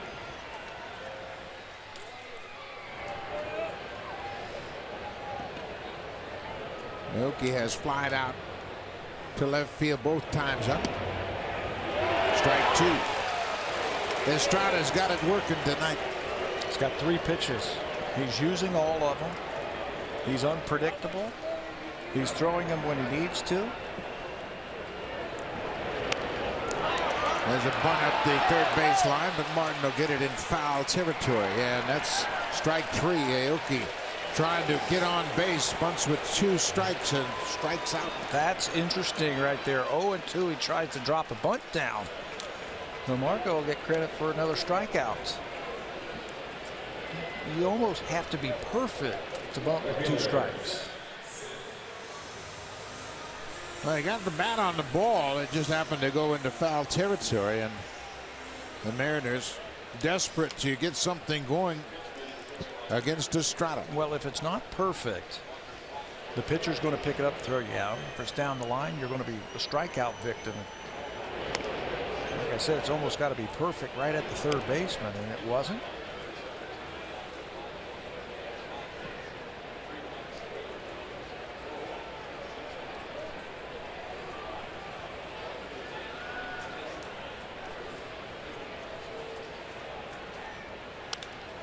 Popped up over near the Blue Jays dugout.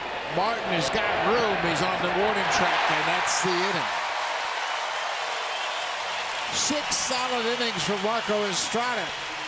He has a 3-0 lead. The Mariners still don't have a base hit.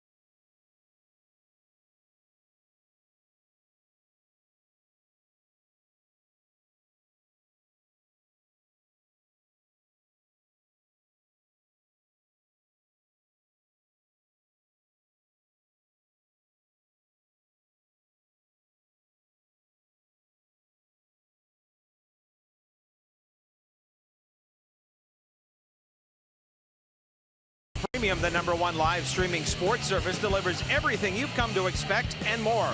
Watch every out-of-market game live in true HD on over 400 supported devices. Includes a free subscription to @Bat Premium, the #1 app for live baseball. Blackout and other restrictions apply. Visit MLB.tv for details. And having a look at that @Bat Premium, guys, another huge win for the Texas Rangers, a walk-off. And the winner of the wild card right now would be facing the Texas Rangers in the first round.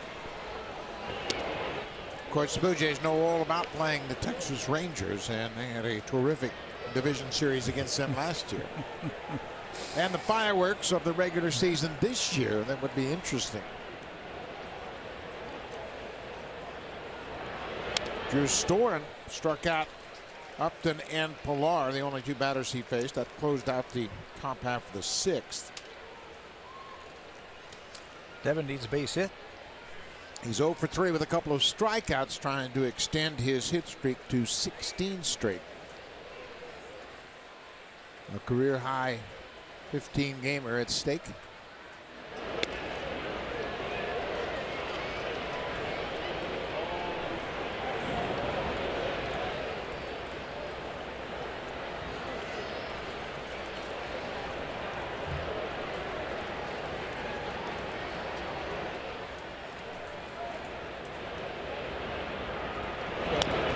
Outside. Of course, Storen began his career with the Washington Nationals. He spent 6 seasons in Washington. Appeared in 38 games with the Blue Jays earlier this season and was traded for Joaquin Benoit. July 26th. That's bounced right off home plate. Going to be a tough play, and Cano can't make it. There's the hit. Devin Travis extends his hit streak to 16 straight. When you hit a ball off the plate like that and you see that high chop, you ask for one more bounce and you just start sprinting up that first base line. And luckily for the Blue Jays and Devin Travis, it bounced one more time. There it is off the plate. If it bounces one more time, it's got to be a do or die play. Cano gets it. Somehow he gets it, but it's too late. Marte actually reached for it, missed it. Cano was behind him, gloved it, and still had time to make the throw, but it was late. Well, obviously the Blue Jays feel like they can run on Zunino, and they have 3 stolen bases tonight.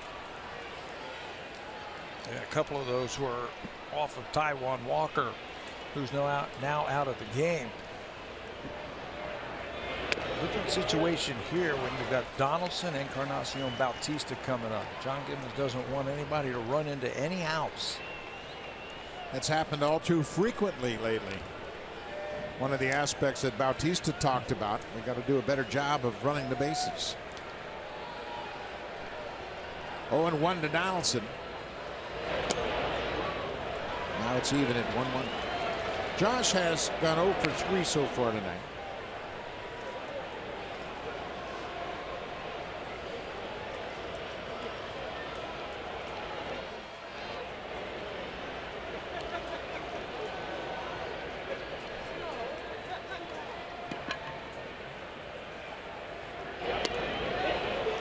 Went around 1-2.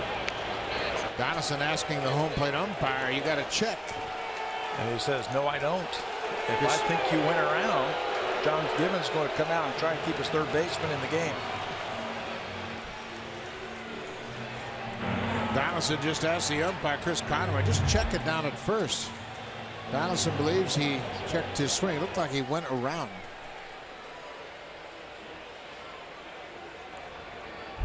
For that?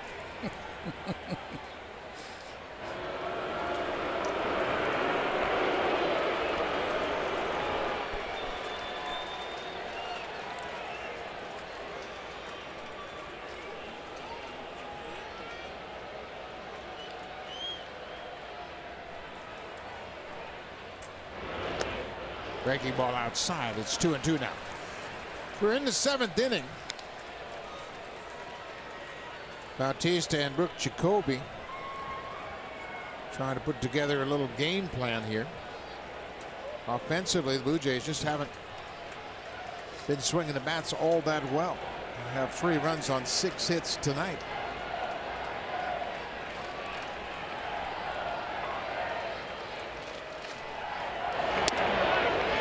Donaldson called out, and he's out of the game. Donaldson's been ejected. And Eddie Encarnacion making sure it doesn't turn into something worse. Like a suspension, something like that. There's not enough games left. He gave him the check swing, let Josh say what he wanted to, but then when he's called out on that low strike, that was it for Chris Conroy. They couldn't save him. They couldn't run up there fast enough to try and keep him in the ball game. She doesn't like it. So Donaldson is called out on strikes and ejected from the ball game here in the 6th. Drew Storen delivers that low fastball, and we can see Donaldson immediately reacting and gets tossed as soon as he turned around. Encarnacion up to make sure he doesn't touch the umpire.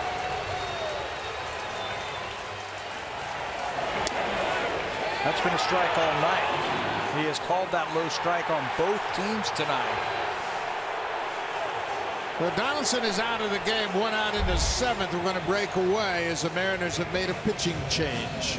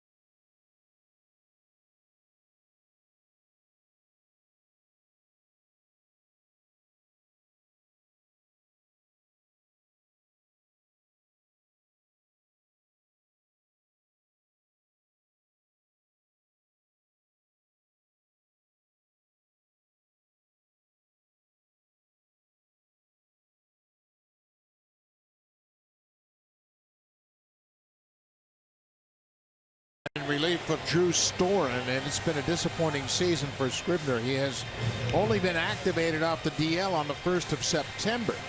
He had a right lat muscle strain, and he was DL back on April 3rd. So he has missed almost the entire season. 8 rehab appearances, a couple of starts. So Scribner, we saw him when he was a member of the Oakland A's. A right-hander who throws hard. It's an interesting move by Scott Service. He must know something about his pitching staff.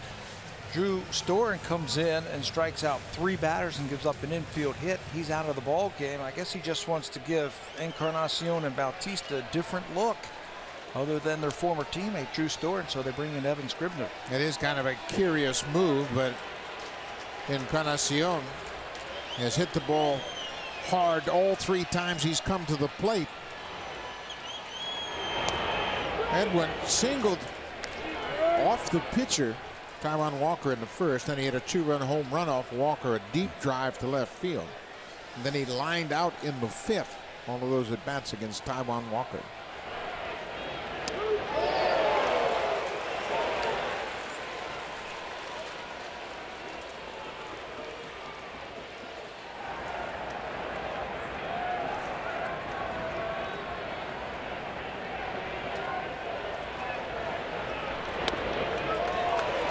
There's a strike. 1-2 to Encarnacion. Devin Travis at first on the infield single.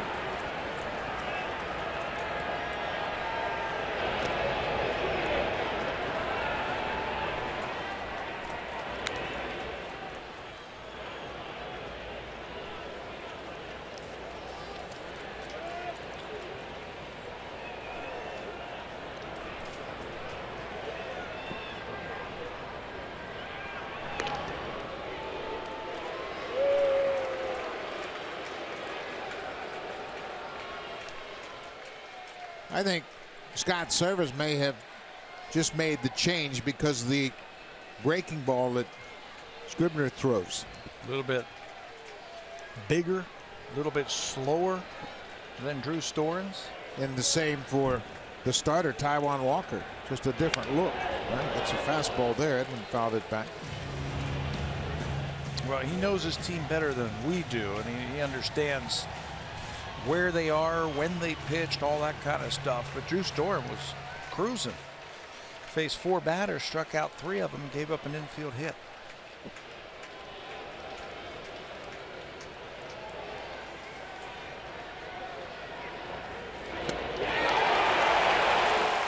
Encarnacion strikes out.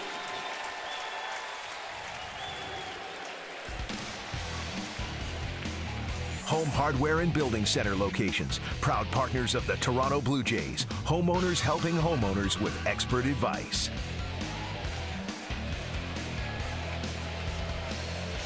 Jose Bautista bats with 2 outs. And a good cut at that pitch and fouled it back. Bautista walked his first 2 at bats.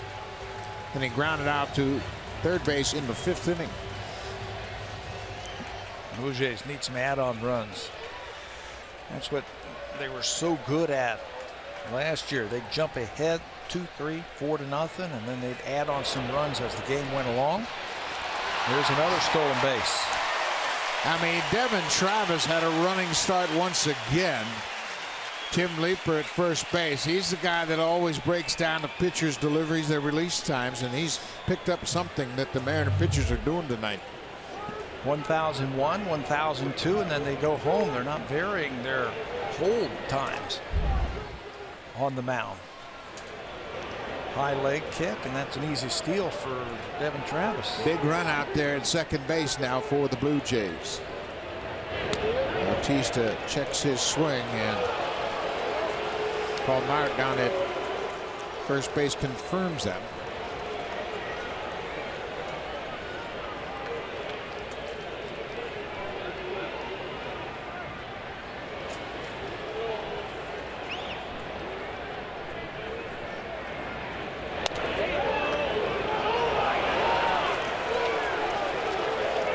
Three and one now to Bautista. Jose has 59 RBIs.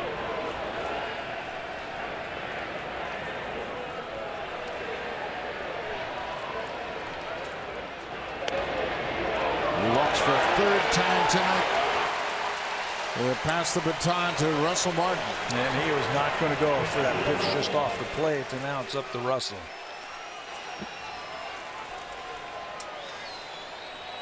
Martin has done a heck of a job this year hitting with runners in scoring position. 2 outs, 333. He just locks it in when there's runners out there for him to knock in.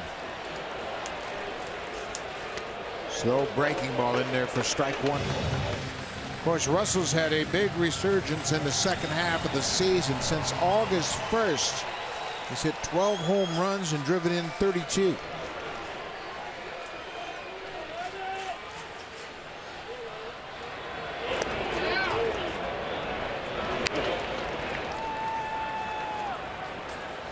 The Blue Jays have taken 5 walks tonight. They have 4 stolen bases. Boy, he had saw that breaking ball all teed up, didn't he? He saw that curveball. His eyes lit up. And he was just a little bit too quick. Here comes Robinson Cano one more time to go in there and talk to his pitcher.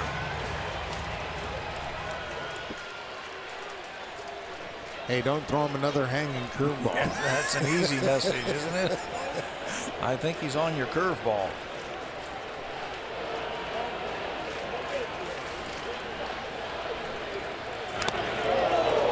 Now that one straight back at the fastball. The Blue Jays, 4 stolen bases tonight. That's a season high. They've had 4 games with 3 stolen bases, but they have picked up something off of the Mariners pitchers. And they're getting running starts.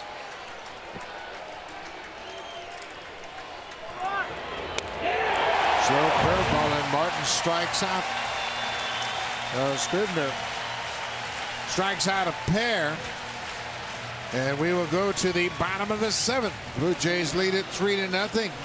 Marco Estrada has not allowed a base hit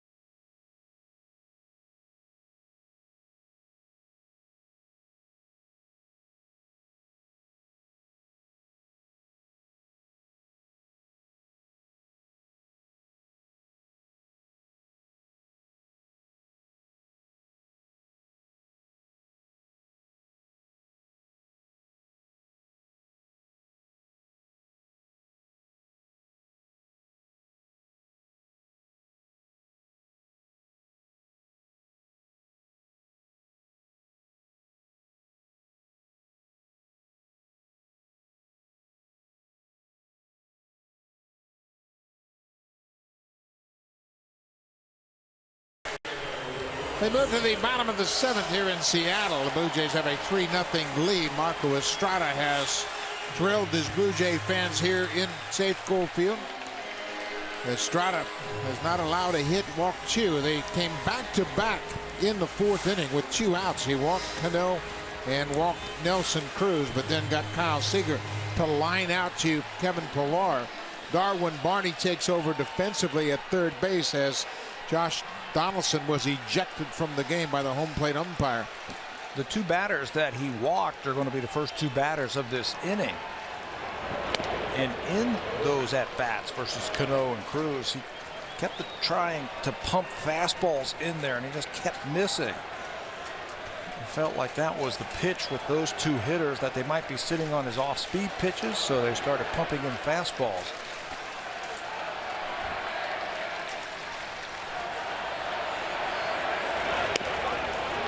Missed away. It's 2-0. Well, obviously Cano and Cruz, very experienced hitters. And they'll make adjustments, and they'll see that he's been using his curveball and his changeup effectively. Marco knows that, so he's tried to throw a couple of fastballs here in this count. Changeup, and Cano pops it over the screen, out of play. Cano lost his thumb guard on that swing. He was off balance and out in front.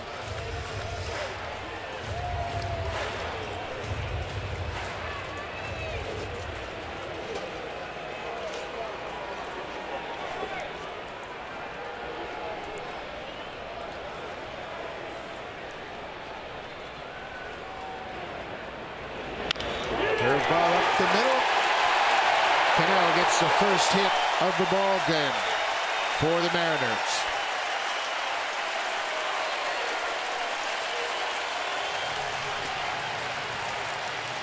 We have seen this in the past from Marco Estrada, where he goes deep into the game with a no-hitter. This is the 3rd time that we have seen him head into the 7th inning with a no-no. And the one goes up there, tried to slip a curveball by him. Fastball, changeup. Here comes the curveball, and a great hitter that Cano is just bangs it right back through the middle. Joaquin Benoit, who started the season pitching for Seattle, is now loosening up, and this is the part of the bullpen that John Gibbons wanted to get to. Yeah, he was talking about that today. He was saying, I just got to get my starter into the 7th inning. High fly ball. Cruz got under it. Pillar waits in center field. Run away. You know, and the reason that he wants to get into the 7th inning with his starter is Benoit, Grilli, and Osuna have been so good this year that he feels like if he can get there, they can finish off the game for him. But the way Marco has been pitching tonight, a low pitch count, just 84 pitches. He's been in total control and command all night long. Maybe John Gibbons can get him into the 8th or even the 9th inning tonight and save those guys for tomorrow. This is the toughest part of the lineup. Cano, Cruz, and now Seager.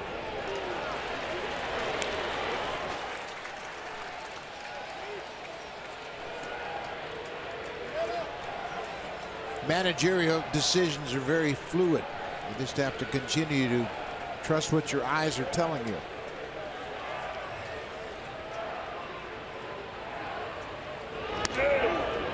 One and one now. Seager lined out to Kevin Pillar in the 4th. We mentioned that came with 2 aboard. That was probably the closest thing to a base hit the Mariners had until Cano got the single up the middle. Definitely their hardest hit ball tonight. A lot of fly balls and a lot of pop-ups and a share of strikeouts. And we were talking about that at the beginning of this game, that they put the faster outfielders anticipating more balls into the outfield. There's only been 2 ground balls tonight. Then grounded out to first in the 5th. Ketel Marte grounded out to second in the 3rd.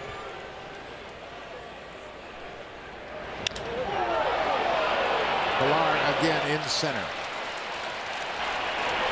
2 away. Well, John Gibbons put the best outfield defense he has behind Estrada because there's so many fly ball outs, and boy, it has played itself out here tonight.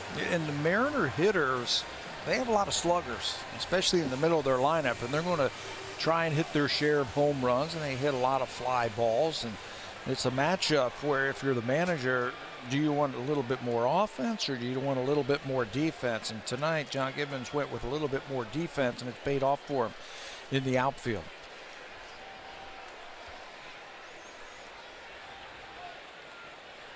Lynn takes the first pitch for a ball. Adam is 0 for 2 with a walk. Excuse me, with a strikeout. He was caught looking in the second.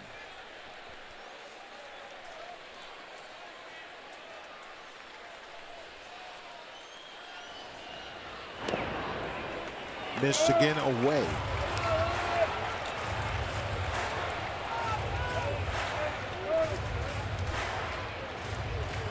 Marco has 8 strikeouts in the ball game.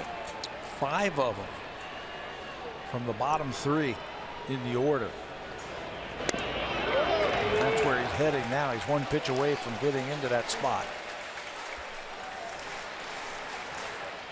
Got to figure that Adam Lynn's got the green light right here too. Can't give in to him.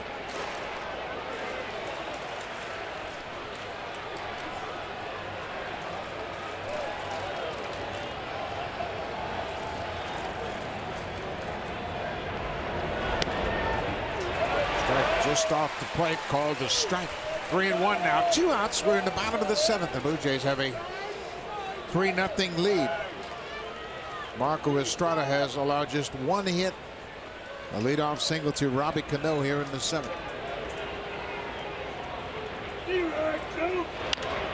Popped up on the infield. Tulowitzki calls for it. What a job by Marco Estrada. 7 strong innings shutting out the Mariners in their ballpark on just 1 hit. And the Blue Jays have a 3-0 lead.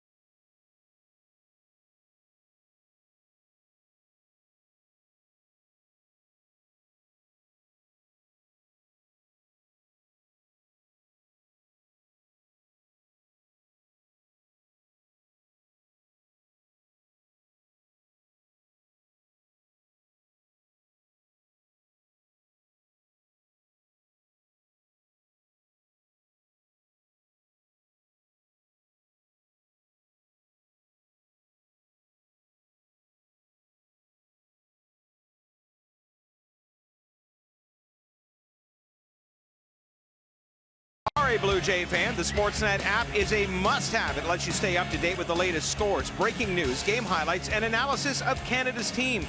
Plus, never miss a single pitch with our in-depth live game tracker. It's available on iOS and Android systems. A great crowd here of Blue Jay fans, including a life-size Buck Martinez head. Well, maybe it's a little bit larger than yours, Buck. Thanks a lot, Barry. Life size? Yeah. The hair looks great. Nice try. Nice comeback. Backstroking, yeah. 8th inning, Troy Tulowitzki. He had a big hit in this ball game. A leadoff double in the 4th came around to score.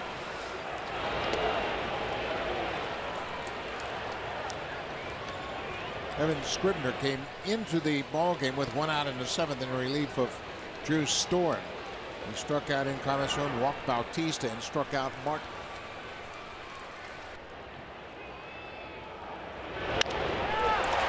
High fly ball to right. Seth Smith has room right at the edge of the warning track. He hauls it in. 8th inning. That's Grilly time. So Jason's starting to loosen up. Benoit has passed his time now. Benoit was ready for the 7th, but Estrada got out of the inning. So he's done. I bet you they're going to send Marco Estrada back out there facing the bottom 3 of the order, and that's just get Jason up and get him loose in case they need him.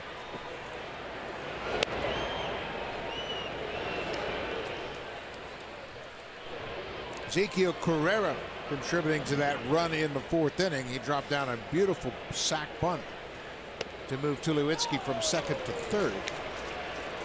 He's also walked and struck out. Oh, and he almost beat that ball out too. Throwing bunt takes a strike. 12 more games for the Blue Jays after this one. Boston beat the Orioles earlier this evening in Baltimore 5-2. Strike 3 called. That slow hook dropped in there for a strike. 2 away.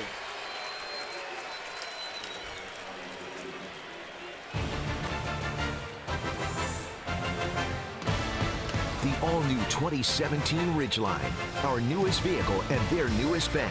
Honda, official vehicle of the Toronto Blue Jays. Saw the Space Needle in the background of that fountain. We are in Seattle, Washington. You know, you just mentioned that the Red Sox beat Baltimore tonight. That's why this series is so huge for the Blue Jays. You got to try and fend off Seattle, who's right on your tail. And if you win, you're going to pick up a game on somebody. Yeah. Between Boston and Baltimore, because they're playing each other. That's a 4-game series in Baltimore. The Red Sox have won 5 of the 7 games they've played in Baltimore so far this season. There's a couple former Mariners. Jay Happ will start tomorrow. Michael Saunders probably in the game tomorrow as well. Hisashi Iwakuma will start for Seattle. Jay Happ will be going for his 20th win. How ironic is that? Yeah, the team that traded him away last year, he's got a chance to beat him tomorrow. And these two guys were traded for one another. Upton grounds it to second. Cano has it. Quick inning. 3 up, 3 down, top of the 8th. We'll go to the bottom of the 8th. The Blue Jays have a 3-0 lead. Now time for a Blue Jays Central update. Here's Jamie Campbell and Greg Zahn in the Samsung broadcast studio.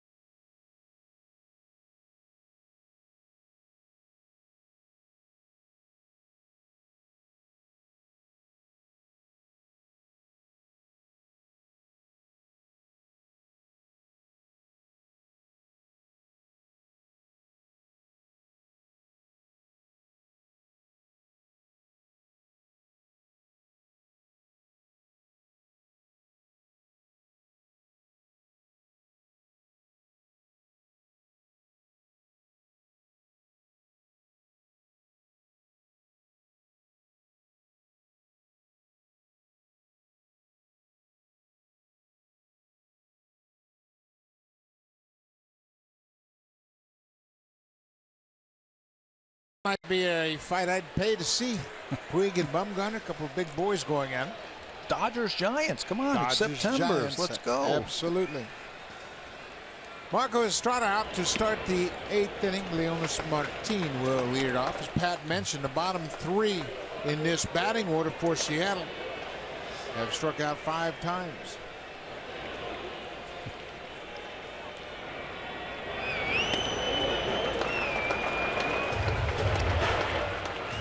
Leonis Martin has struck out twice tonight against Estrada.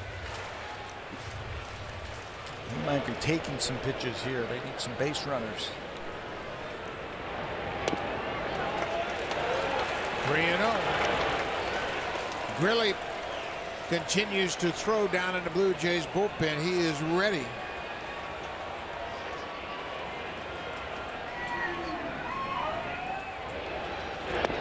A 4-pitch walk, and John Gibbons not hesitating. He's already out of the dugout. Marco Estrada upsetted himself for the leadoff walk here in the 8th.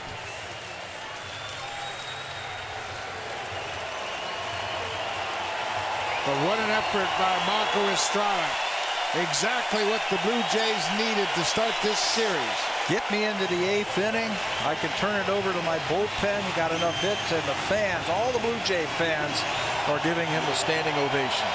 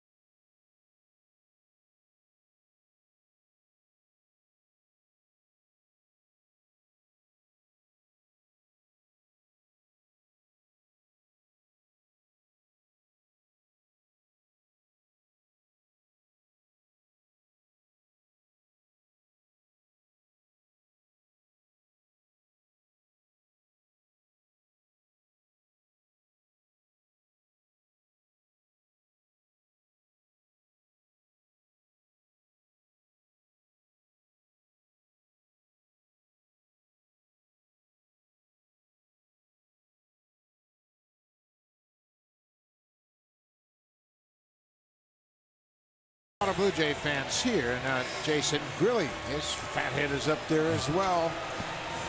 And he's into the ball game with a man at first and nobody out here in the 8th inning. I want to know where they get those signs. Those are pretty awesome. You got some fans there. John Gibbons was saying before the ball game, we are trying to get to the 7th inning with the lead so I can go to Benoit Grilli Osuna. Jason Grilli now in the 8th inning has done a heck of a job for the Blue Jays. After the leadoff walk, he is going to face a pinch hitter. Ben Gamble will bat for the catcher Mike Zunino. And really misses with the first pitch. Leonis Martin drew the 4-pitch walk to start the inning, and that was the end of the night for Estrada.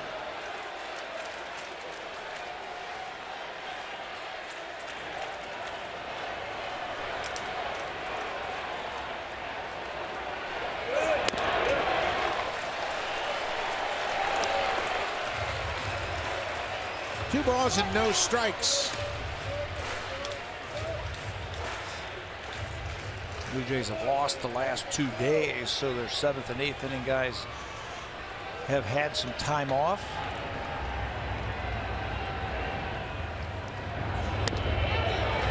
So they are rested and ready to go, but right now he's trying to find a strike zone.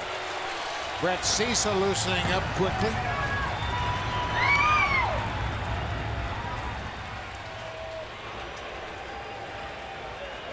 Ketel Marte is a switch hitter. He's on deck.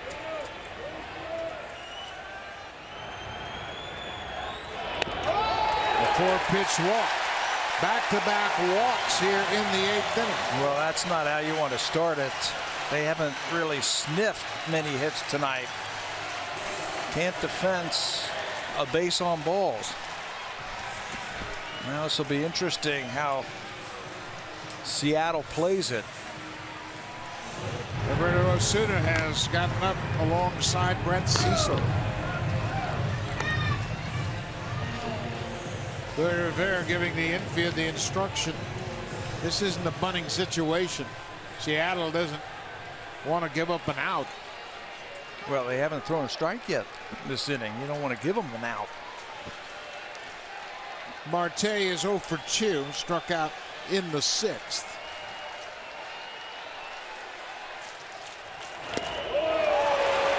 Wow, that's an experience right there.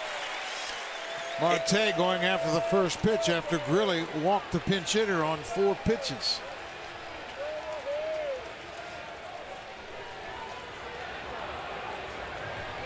That could turn around the whole inning.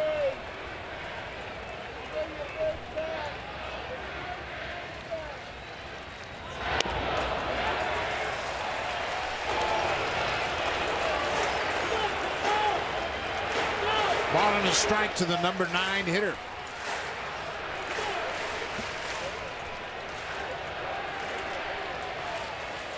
Mariners trying to get back in this game. They trail 3-0.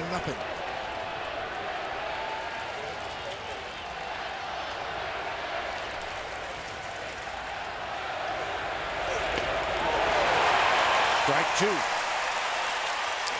Marte looks like he was trying to hit a 3-run home run on that pitch. Really has used all of his experience lately to get outs. Still has that great curveball.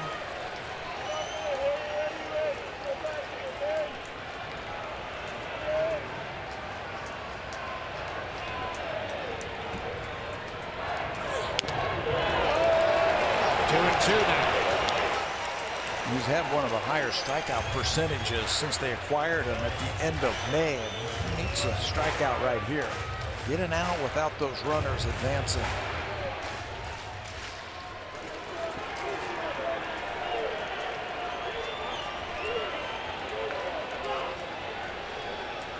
Hasn't thrown a breaking ball yet. There it is, and he wouldn't swing. It's a full count.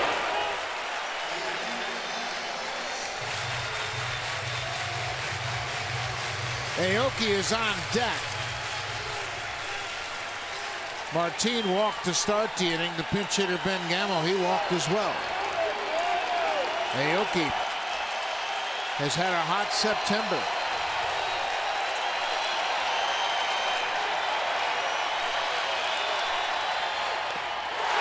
Marte strikes out. Wow, what a big pitch. What a big pitch by Jason Grilli.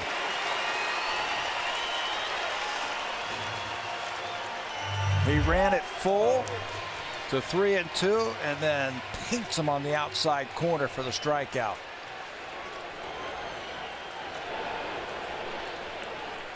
Really gets pumped up. He got back into the strike zone. 1 out now. Aoki is 0 for 3.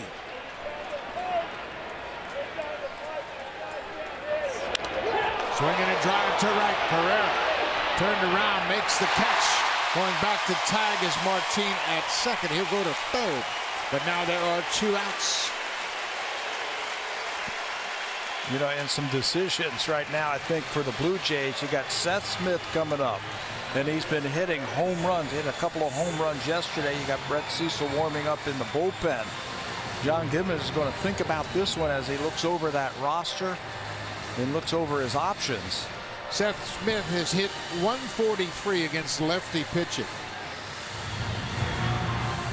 16 home runs against right-handed pitching, and as you mentioned, he hit 2 home runs yesterday.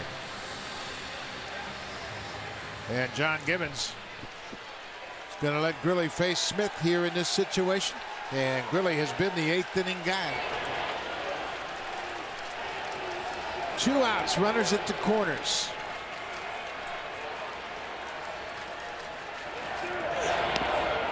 Drops that breaking ball in there for strike 1.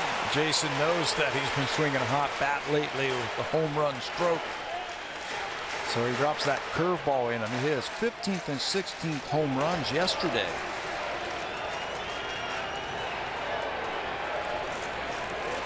Just missed a home run his first time up. He took Pilar deep to center field. Inside. Smith tracked that ball very well. He didn't offer at it at all.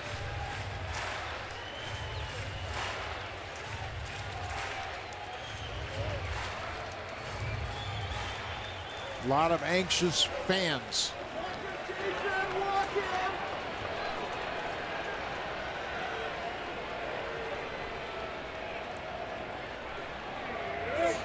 Way outside. 2 balls and a strike.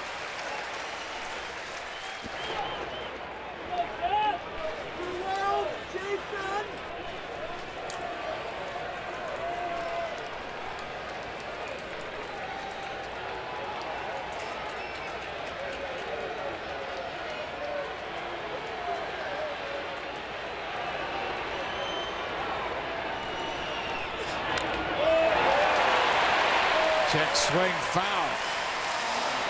Smith committed to that pitch before he identified it was a breaking ball. Marco Estrada struck it out in the 4th inning with that backdoor breaking ball. And he didn't look very good on that one.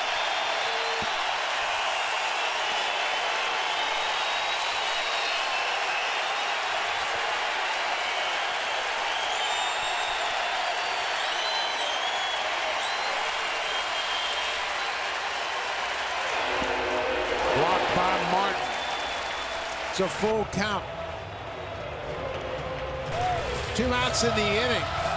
Gamble at first base will be running on the pitch, and Robinson Cano, the dangerous hitter, is on deck. And they're trying to move Edwin Encarnacion to play behind the runner. Now with 2 outs at a 3-2 count. Now Edwin is starting to move back, cut down that distance if there's a ground ball to the right side.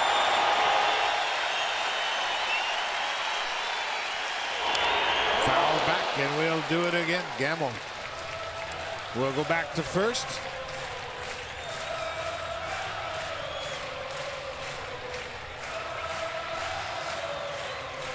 Everybody in the ballpark on their feet, and we're in the 8th inning of game 1 of a 3-game series.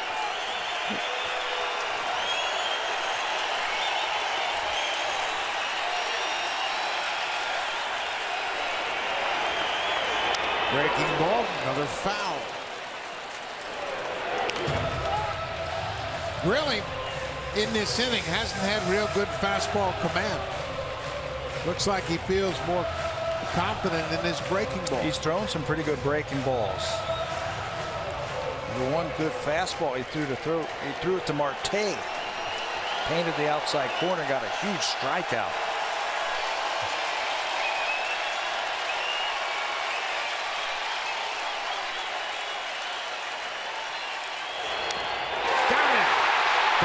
Chip.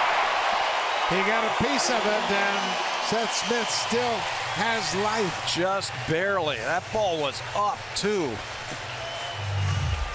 Watch it one more time. Breaking ball hangs up, and he fouls it straight down.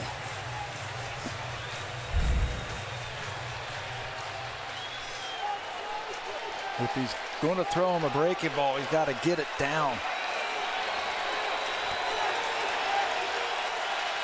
9th pinch of the at-bat. He walked it. Got to load the bases.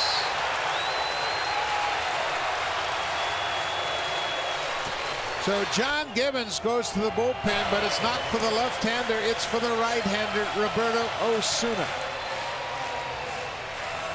3 walks in the inning, and the Mariners have the bases loaded. So Roberto Osuna will come on to try to get out of this jam.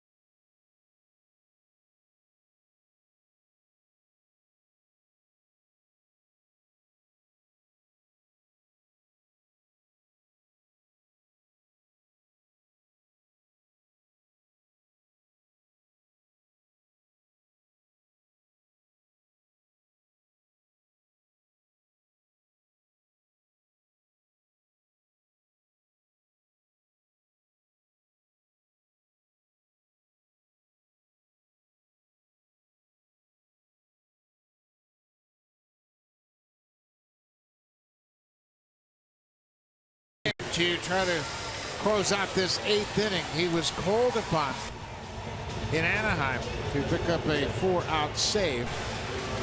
And now he is into the ball game with 2 outs here in the 8th inning. The bases are loaded. The Mariners haven't had a hit this inning. 3 walks have loaded the bases. Well, you bring in your closer right here. John Gibbons is going to push all of his chips in the middle of the table right here. He's going to show his cards. Here's my closer to try and finish it off with one of the best hitters in all of baseball. Mike Freeman has come in to pinch run for Seth Smith. He represents the tying run over at first base. What a matchup. Robinson Cano facing Roberto Osuna. 2 outs. The Blue Jays ahead 3-0.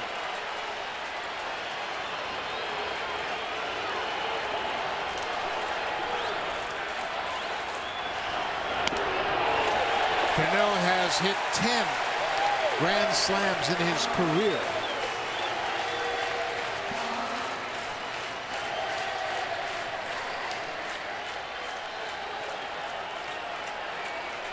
A .318 hitter with the bases loaded. Ball 2.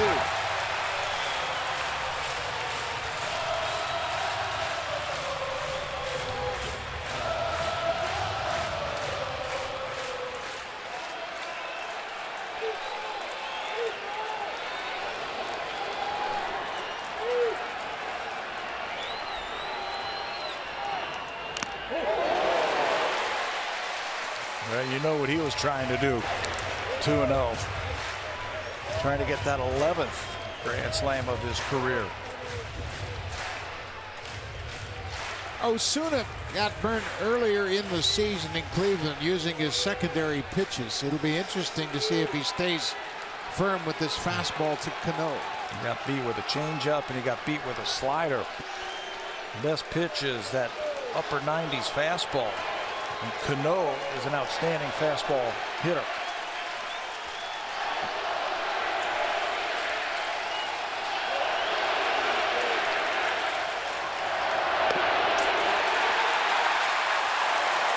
Two and 2.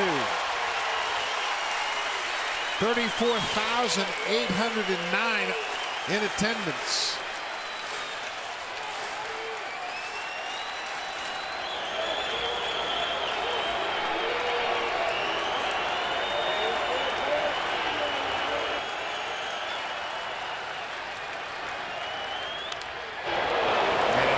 Pitch and Cano fouled it off. 98. Russell acted like it was going to be a breaking ball. You see him tap out in front of home plate down there. Just in case they were trying to steal a sign, he tapped the dirt like it was a breaking ball, and he threw a fastball. Russell is into the game, man.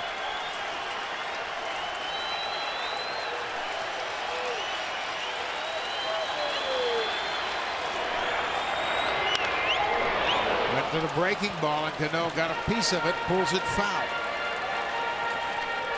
And now he's going to go out there and talk to his young reliever. Let's talk about what we want to do here. Bottom of the 8th inning. The Mariners have one hit.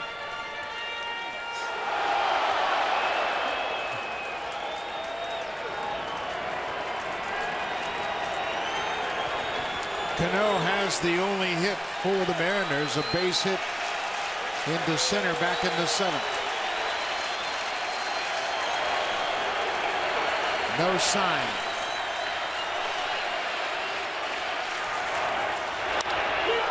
Line drive to right. Carrera was deep, and he makes the catch on the warning track.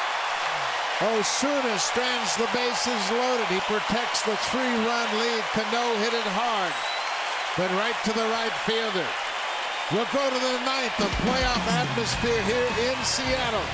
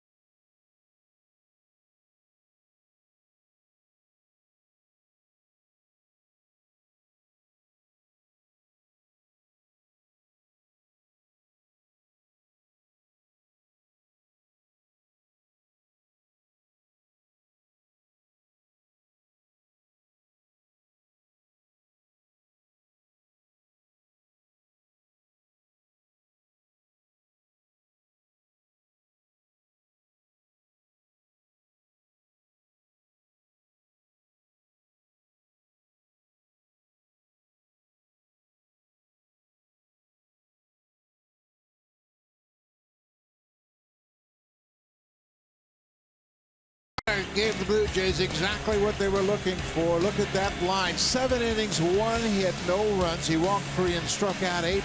Did it all in 97 pitches. The final batter he walked was in the 8th inning. He walked Leonis Martin. Grilli came in, and Osuna bails everybody out with a big out in the 8th inning. Yeah, I had to wait for a while to get that final outing for Estrada as he finishes up with 8 strikeouts and 3 walks, no runs.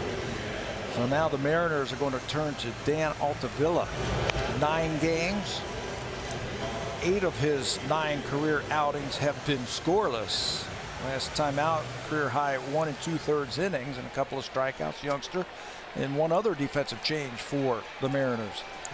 Ben Gamel hit for Seth Smith, the right fielder. He takes over defensively in right.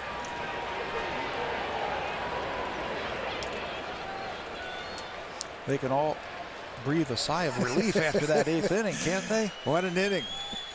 The Mariners would eventually strand the bases loaded. Kevin Pillar, a 2-hit night. Kevin has scored a run and driven in a run. Has a couple of singles in 3 at-bats.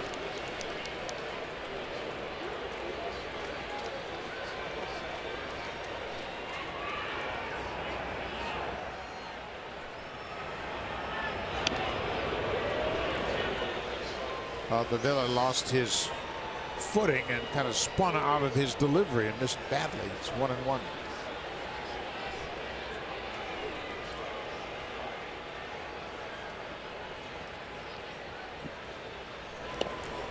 The catcher taking over behind the plate is Chris Iannetta.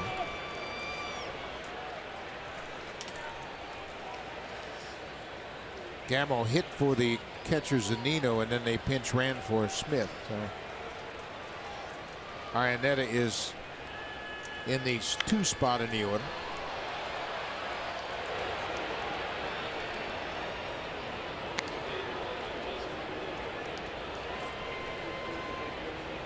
Ninth inning. Heck of a ball game to open up this 3-game series. The Mariners at the beginning of this game 2 games behind the Blue Jays in the wild card standing.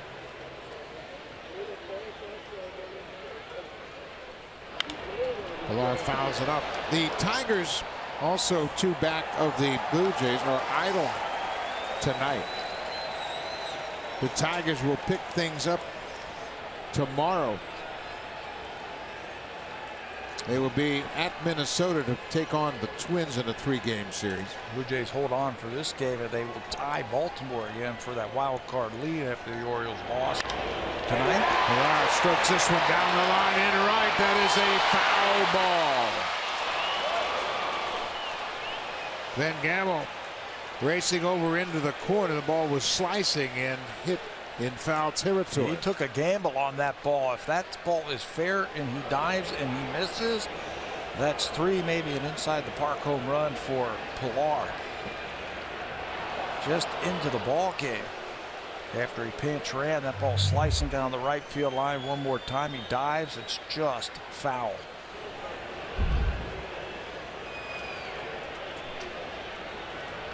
Two balls and 2 strikes to Pilar, leading off the 9th. Blue Jays have had 1 hit in the last 4 innings. Good job by the Mariners bullpen. That 1 hit was an infield single by Travis. Breaking ball fouled out of play. That extended Devin Travis's hit streak to 16 straight.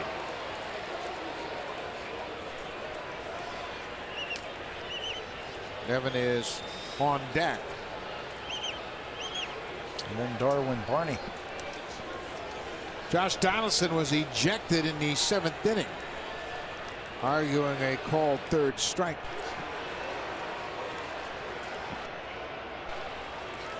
You see Michael Saunders moving around down there. You can pinch hit for Darwin Barney. You've got Ryan Goins on the roster also if you need some defense. Lots of options for the Blue Jays. Into center field for his 3rd hit of the night. A leadoff single. Let's check in with Jamie Campbell.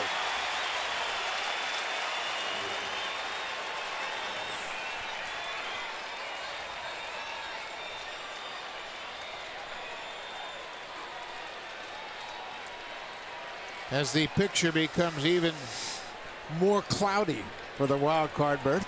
Exactly what Bud Selig was hoping for when the commissioner brought in a 2nd wild card berth. Devin Travis 1 for 4 tonight.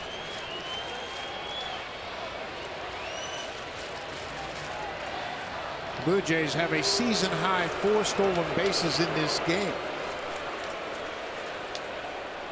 New catcher just into the ball game this inning also. And Mike Iannetta. Pilar has 2 of those 4 stolen bases. Kevin had an infield single in the 3rd, then stole 2nd. And scored on the Edwin Encarnacion 2-run homer.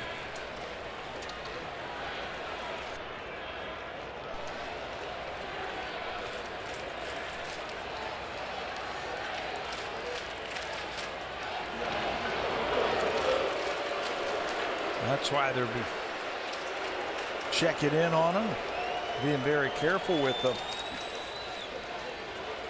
Devin Travis has got that beautiful right field stroke. He can pick on one of these breaking balls and shoot the ball to right field, and the Blue Jays can play 1st and 3rd.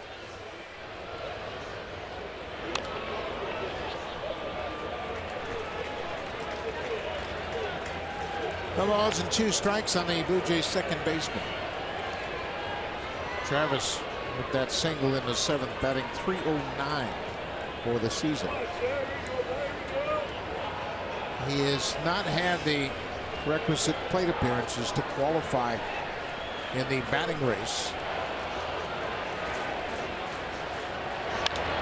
There's that right field stroke. That one's just a little bit too far out in front. He can cover that outside pitch. Try and slip a fastball by him out there. He's liable to shoot the ball down the right field line.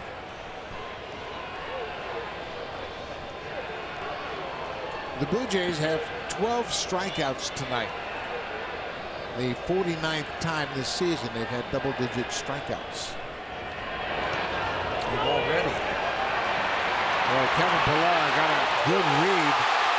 Marte puts the tag on Pillar, and he can't believe it. And the Mariners are going to have a look at this one. Yeah. Breaking ball in the dirt. You're the runner at first base. You can see that ball's going to bounce in front of that catcher. Pillar's going to try and move up, but the umpires are going to take a look at this one. Zunino got on that ball very quickly.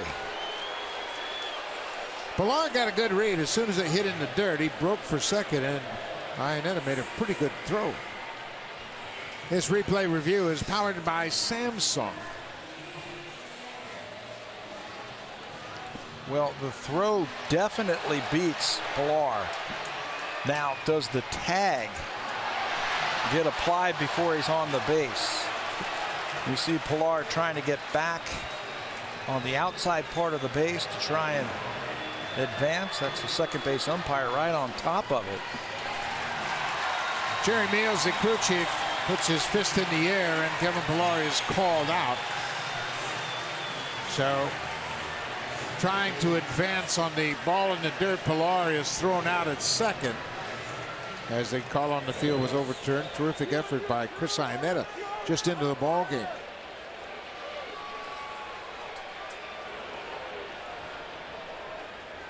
One ball and two strikes to Devin Travis.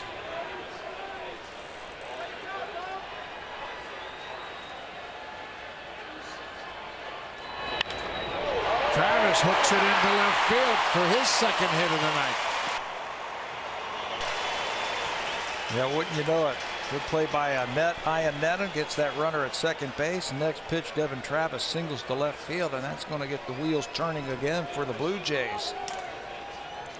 Michael Saunders, we showed him getting a bat, starting to get loose. He's going to pinch hit. Michael Saunders getting an opportunity here with a runner at first base. Darwin Barney was batting in the 2 spot in the order after taking over for Josh Donaldson. Now Michael Saunders, who had a large part of his career right here with the Mariners, will come up to bat. And that's going to bring Mil Stottlemyre back out there just to go over a game plan. No one throwing in the bullpen for the Mariners. So just a little reminder right here how they want to face Saunders and what they want to do. Saunders played 6 years here with Seattle. He broke in the big leagues in 2009 as a 22-year-old. He has always been a fan favorite here. Of course, Michael is from Victoria, BC. He's got a lot of supporters here, and he had a reunion. He didn't come here last year. That's right, he was injured and gets a chance now.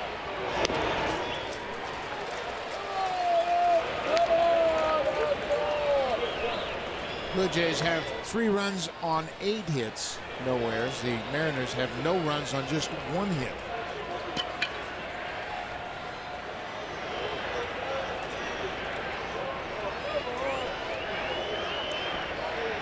Saunders is 0 for 4 as a pinch hitter this season.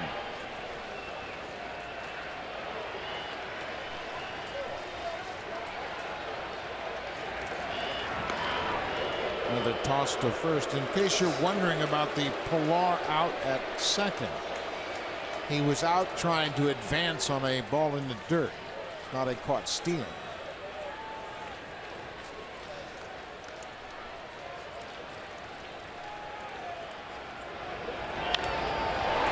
Fly ball to left. Aoki is there. Saunders is retired.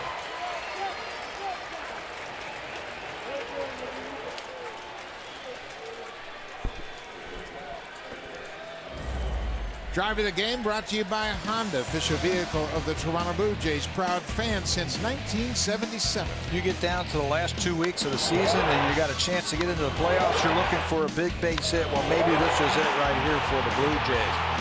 Edwin Encarnacion with number 41. 2 RBI, the big 2-out home run in the 3rd inning. That started the scoring for the Blue Jays. Tonight's drive of the game. Edwin once again delivering deep into the bleachers in left field. He absolutely crushed that ball, and he's had a good night at plate. A couple of hits. He's 2 for 4. Lined out in the 5th. Struck out in the 7th.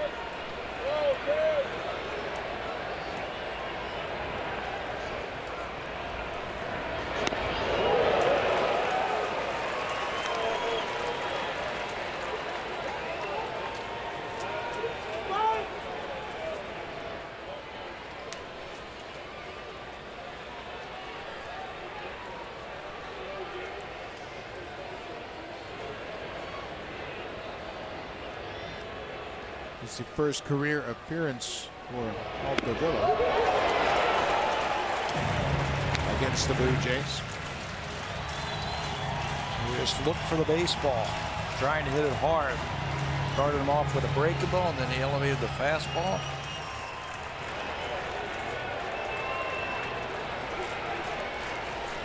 Oh, and 2. Travis at first.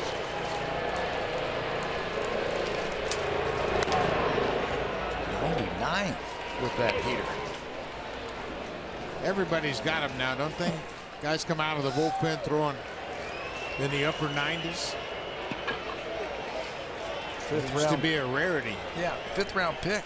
5th round pick in 2014. Nice throw, 99. He was a 5th round pick.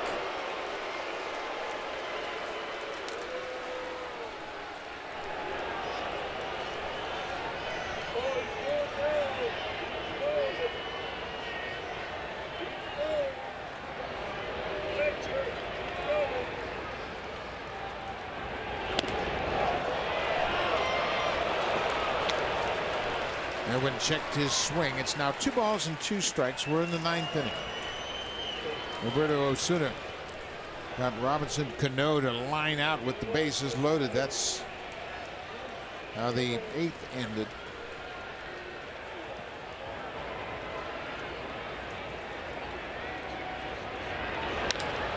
Ground ball. Seager gets a big hop across the diamond. Blue Jays are done in the top of the 9th. We'll go to the bottom of the 9th. Osuna into the game. Nelson Cruz, Kyle Seager, and Adam Lynn for the Mariners.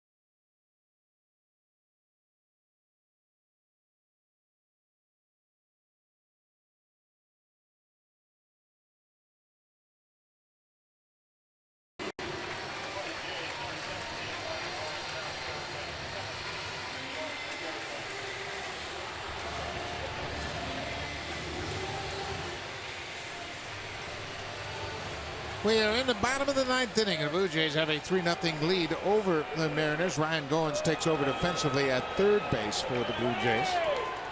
When Barney was there, he was lifted in favor of the pinch hitter. Now Goins. Cruz, Seager, and Lind for the Mariners against Roberto Osuna. Osuna came in with the bases loaded and 2 outs. It got Robinson Cano to line out to deep right field.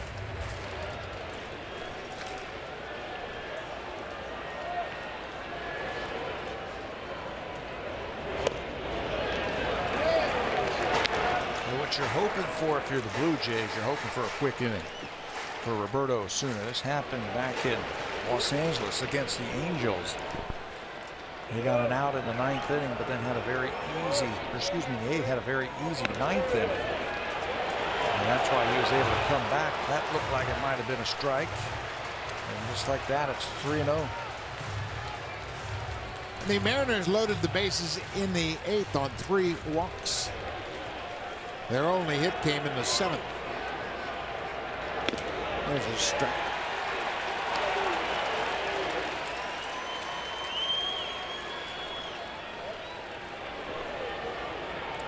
Kyle Seager, the third baseman, is on deck.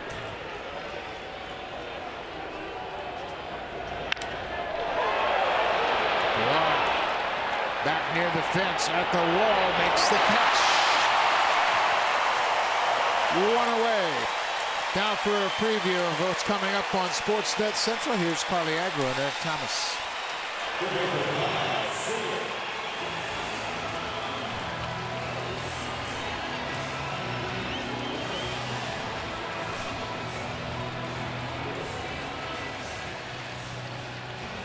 That's all coming up right after this ball game, so make sure you stay tuned. 1 away, bottom of the 9th.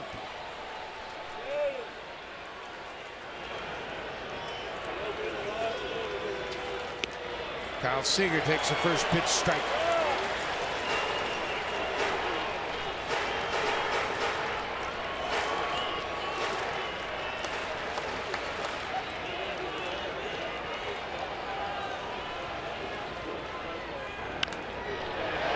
Popped up.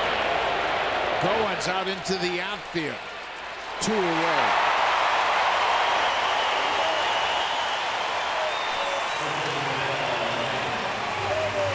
The Blue Jays have tossed 8 shutouts this season. Trying to shut out the Mariners on just 1 hit tonight.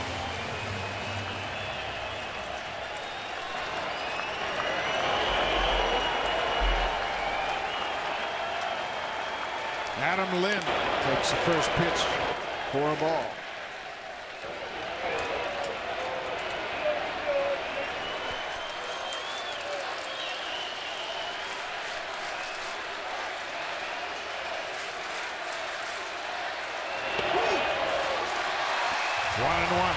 You know, we talked about this game having a feel for a playoff game. It hasn't disappointed, has it? It has been a great baseball game. Lynn flares one into the outfield. That'll drop for a base hit. A 2-out single for Adam Lynn. And it's not over yet. Osuna forcing them to hit their way on. Adam Lynn keeps it going with a soft single in the center field. He's going to be pulled for a pinch runner. Sean O'Malley will take over as a pinch runner at first for Adam Lynn.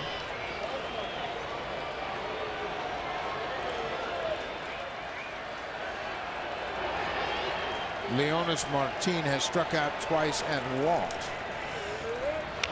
He goes after the first pitch.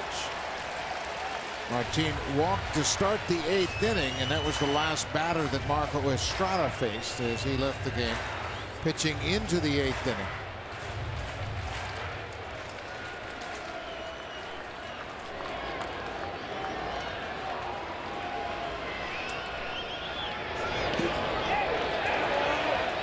They appealed down to the third base umpire, Jerry Meals. He said no swing.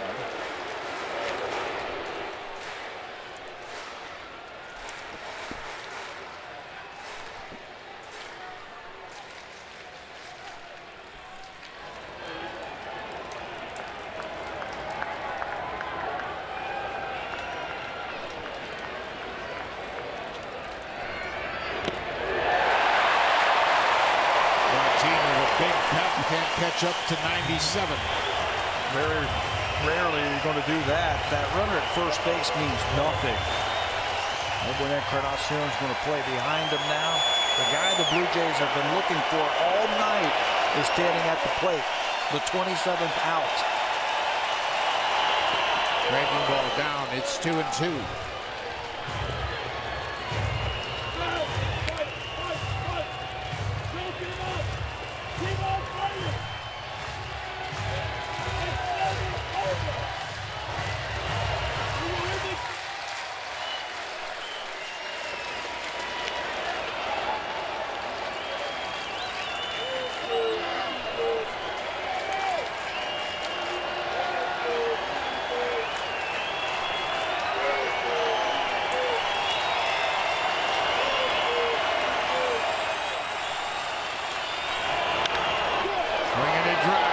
Deep to center field. At the wall, this ball is gone. Leonis Martin has hit a 2-out home run, his 15th. And just like that, it's a 1-run game. Lind with a bloop single with 2 outs. Martin delivers a 2-run home run. And he says, not yet. That's home run number 15. RBIs 43 and 44 for Leonis Martin. It's a long way out there. And Osuna did the right thing. He's got to challenge him. Here's a fastball. You got to earn your way on, and Martin clocks it to right field.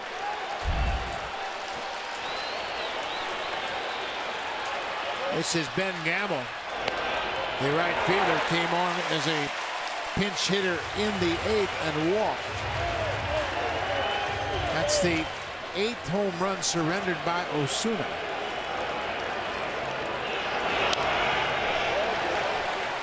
Oh, and 2.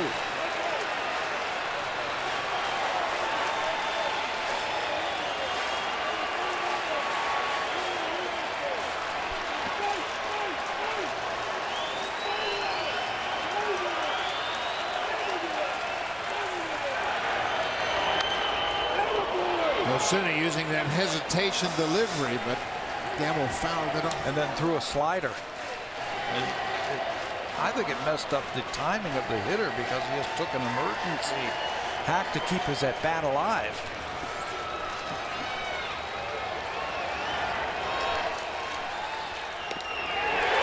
Got it. That's the ball game.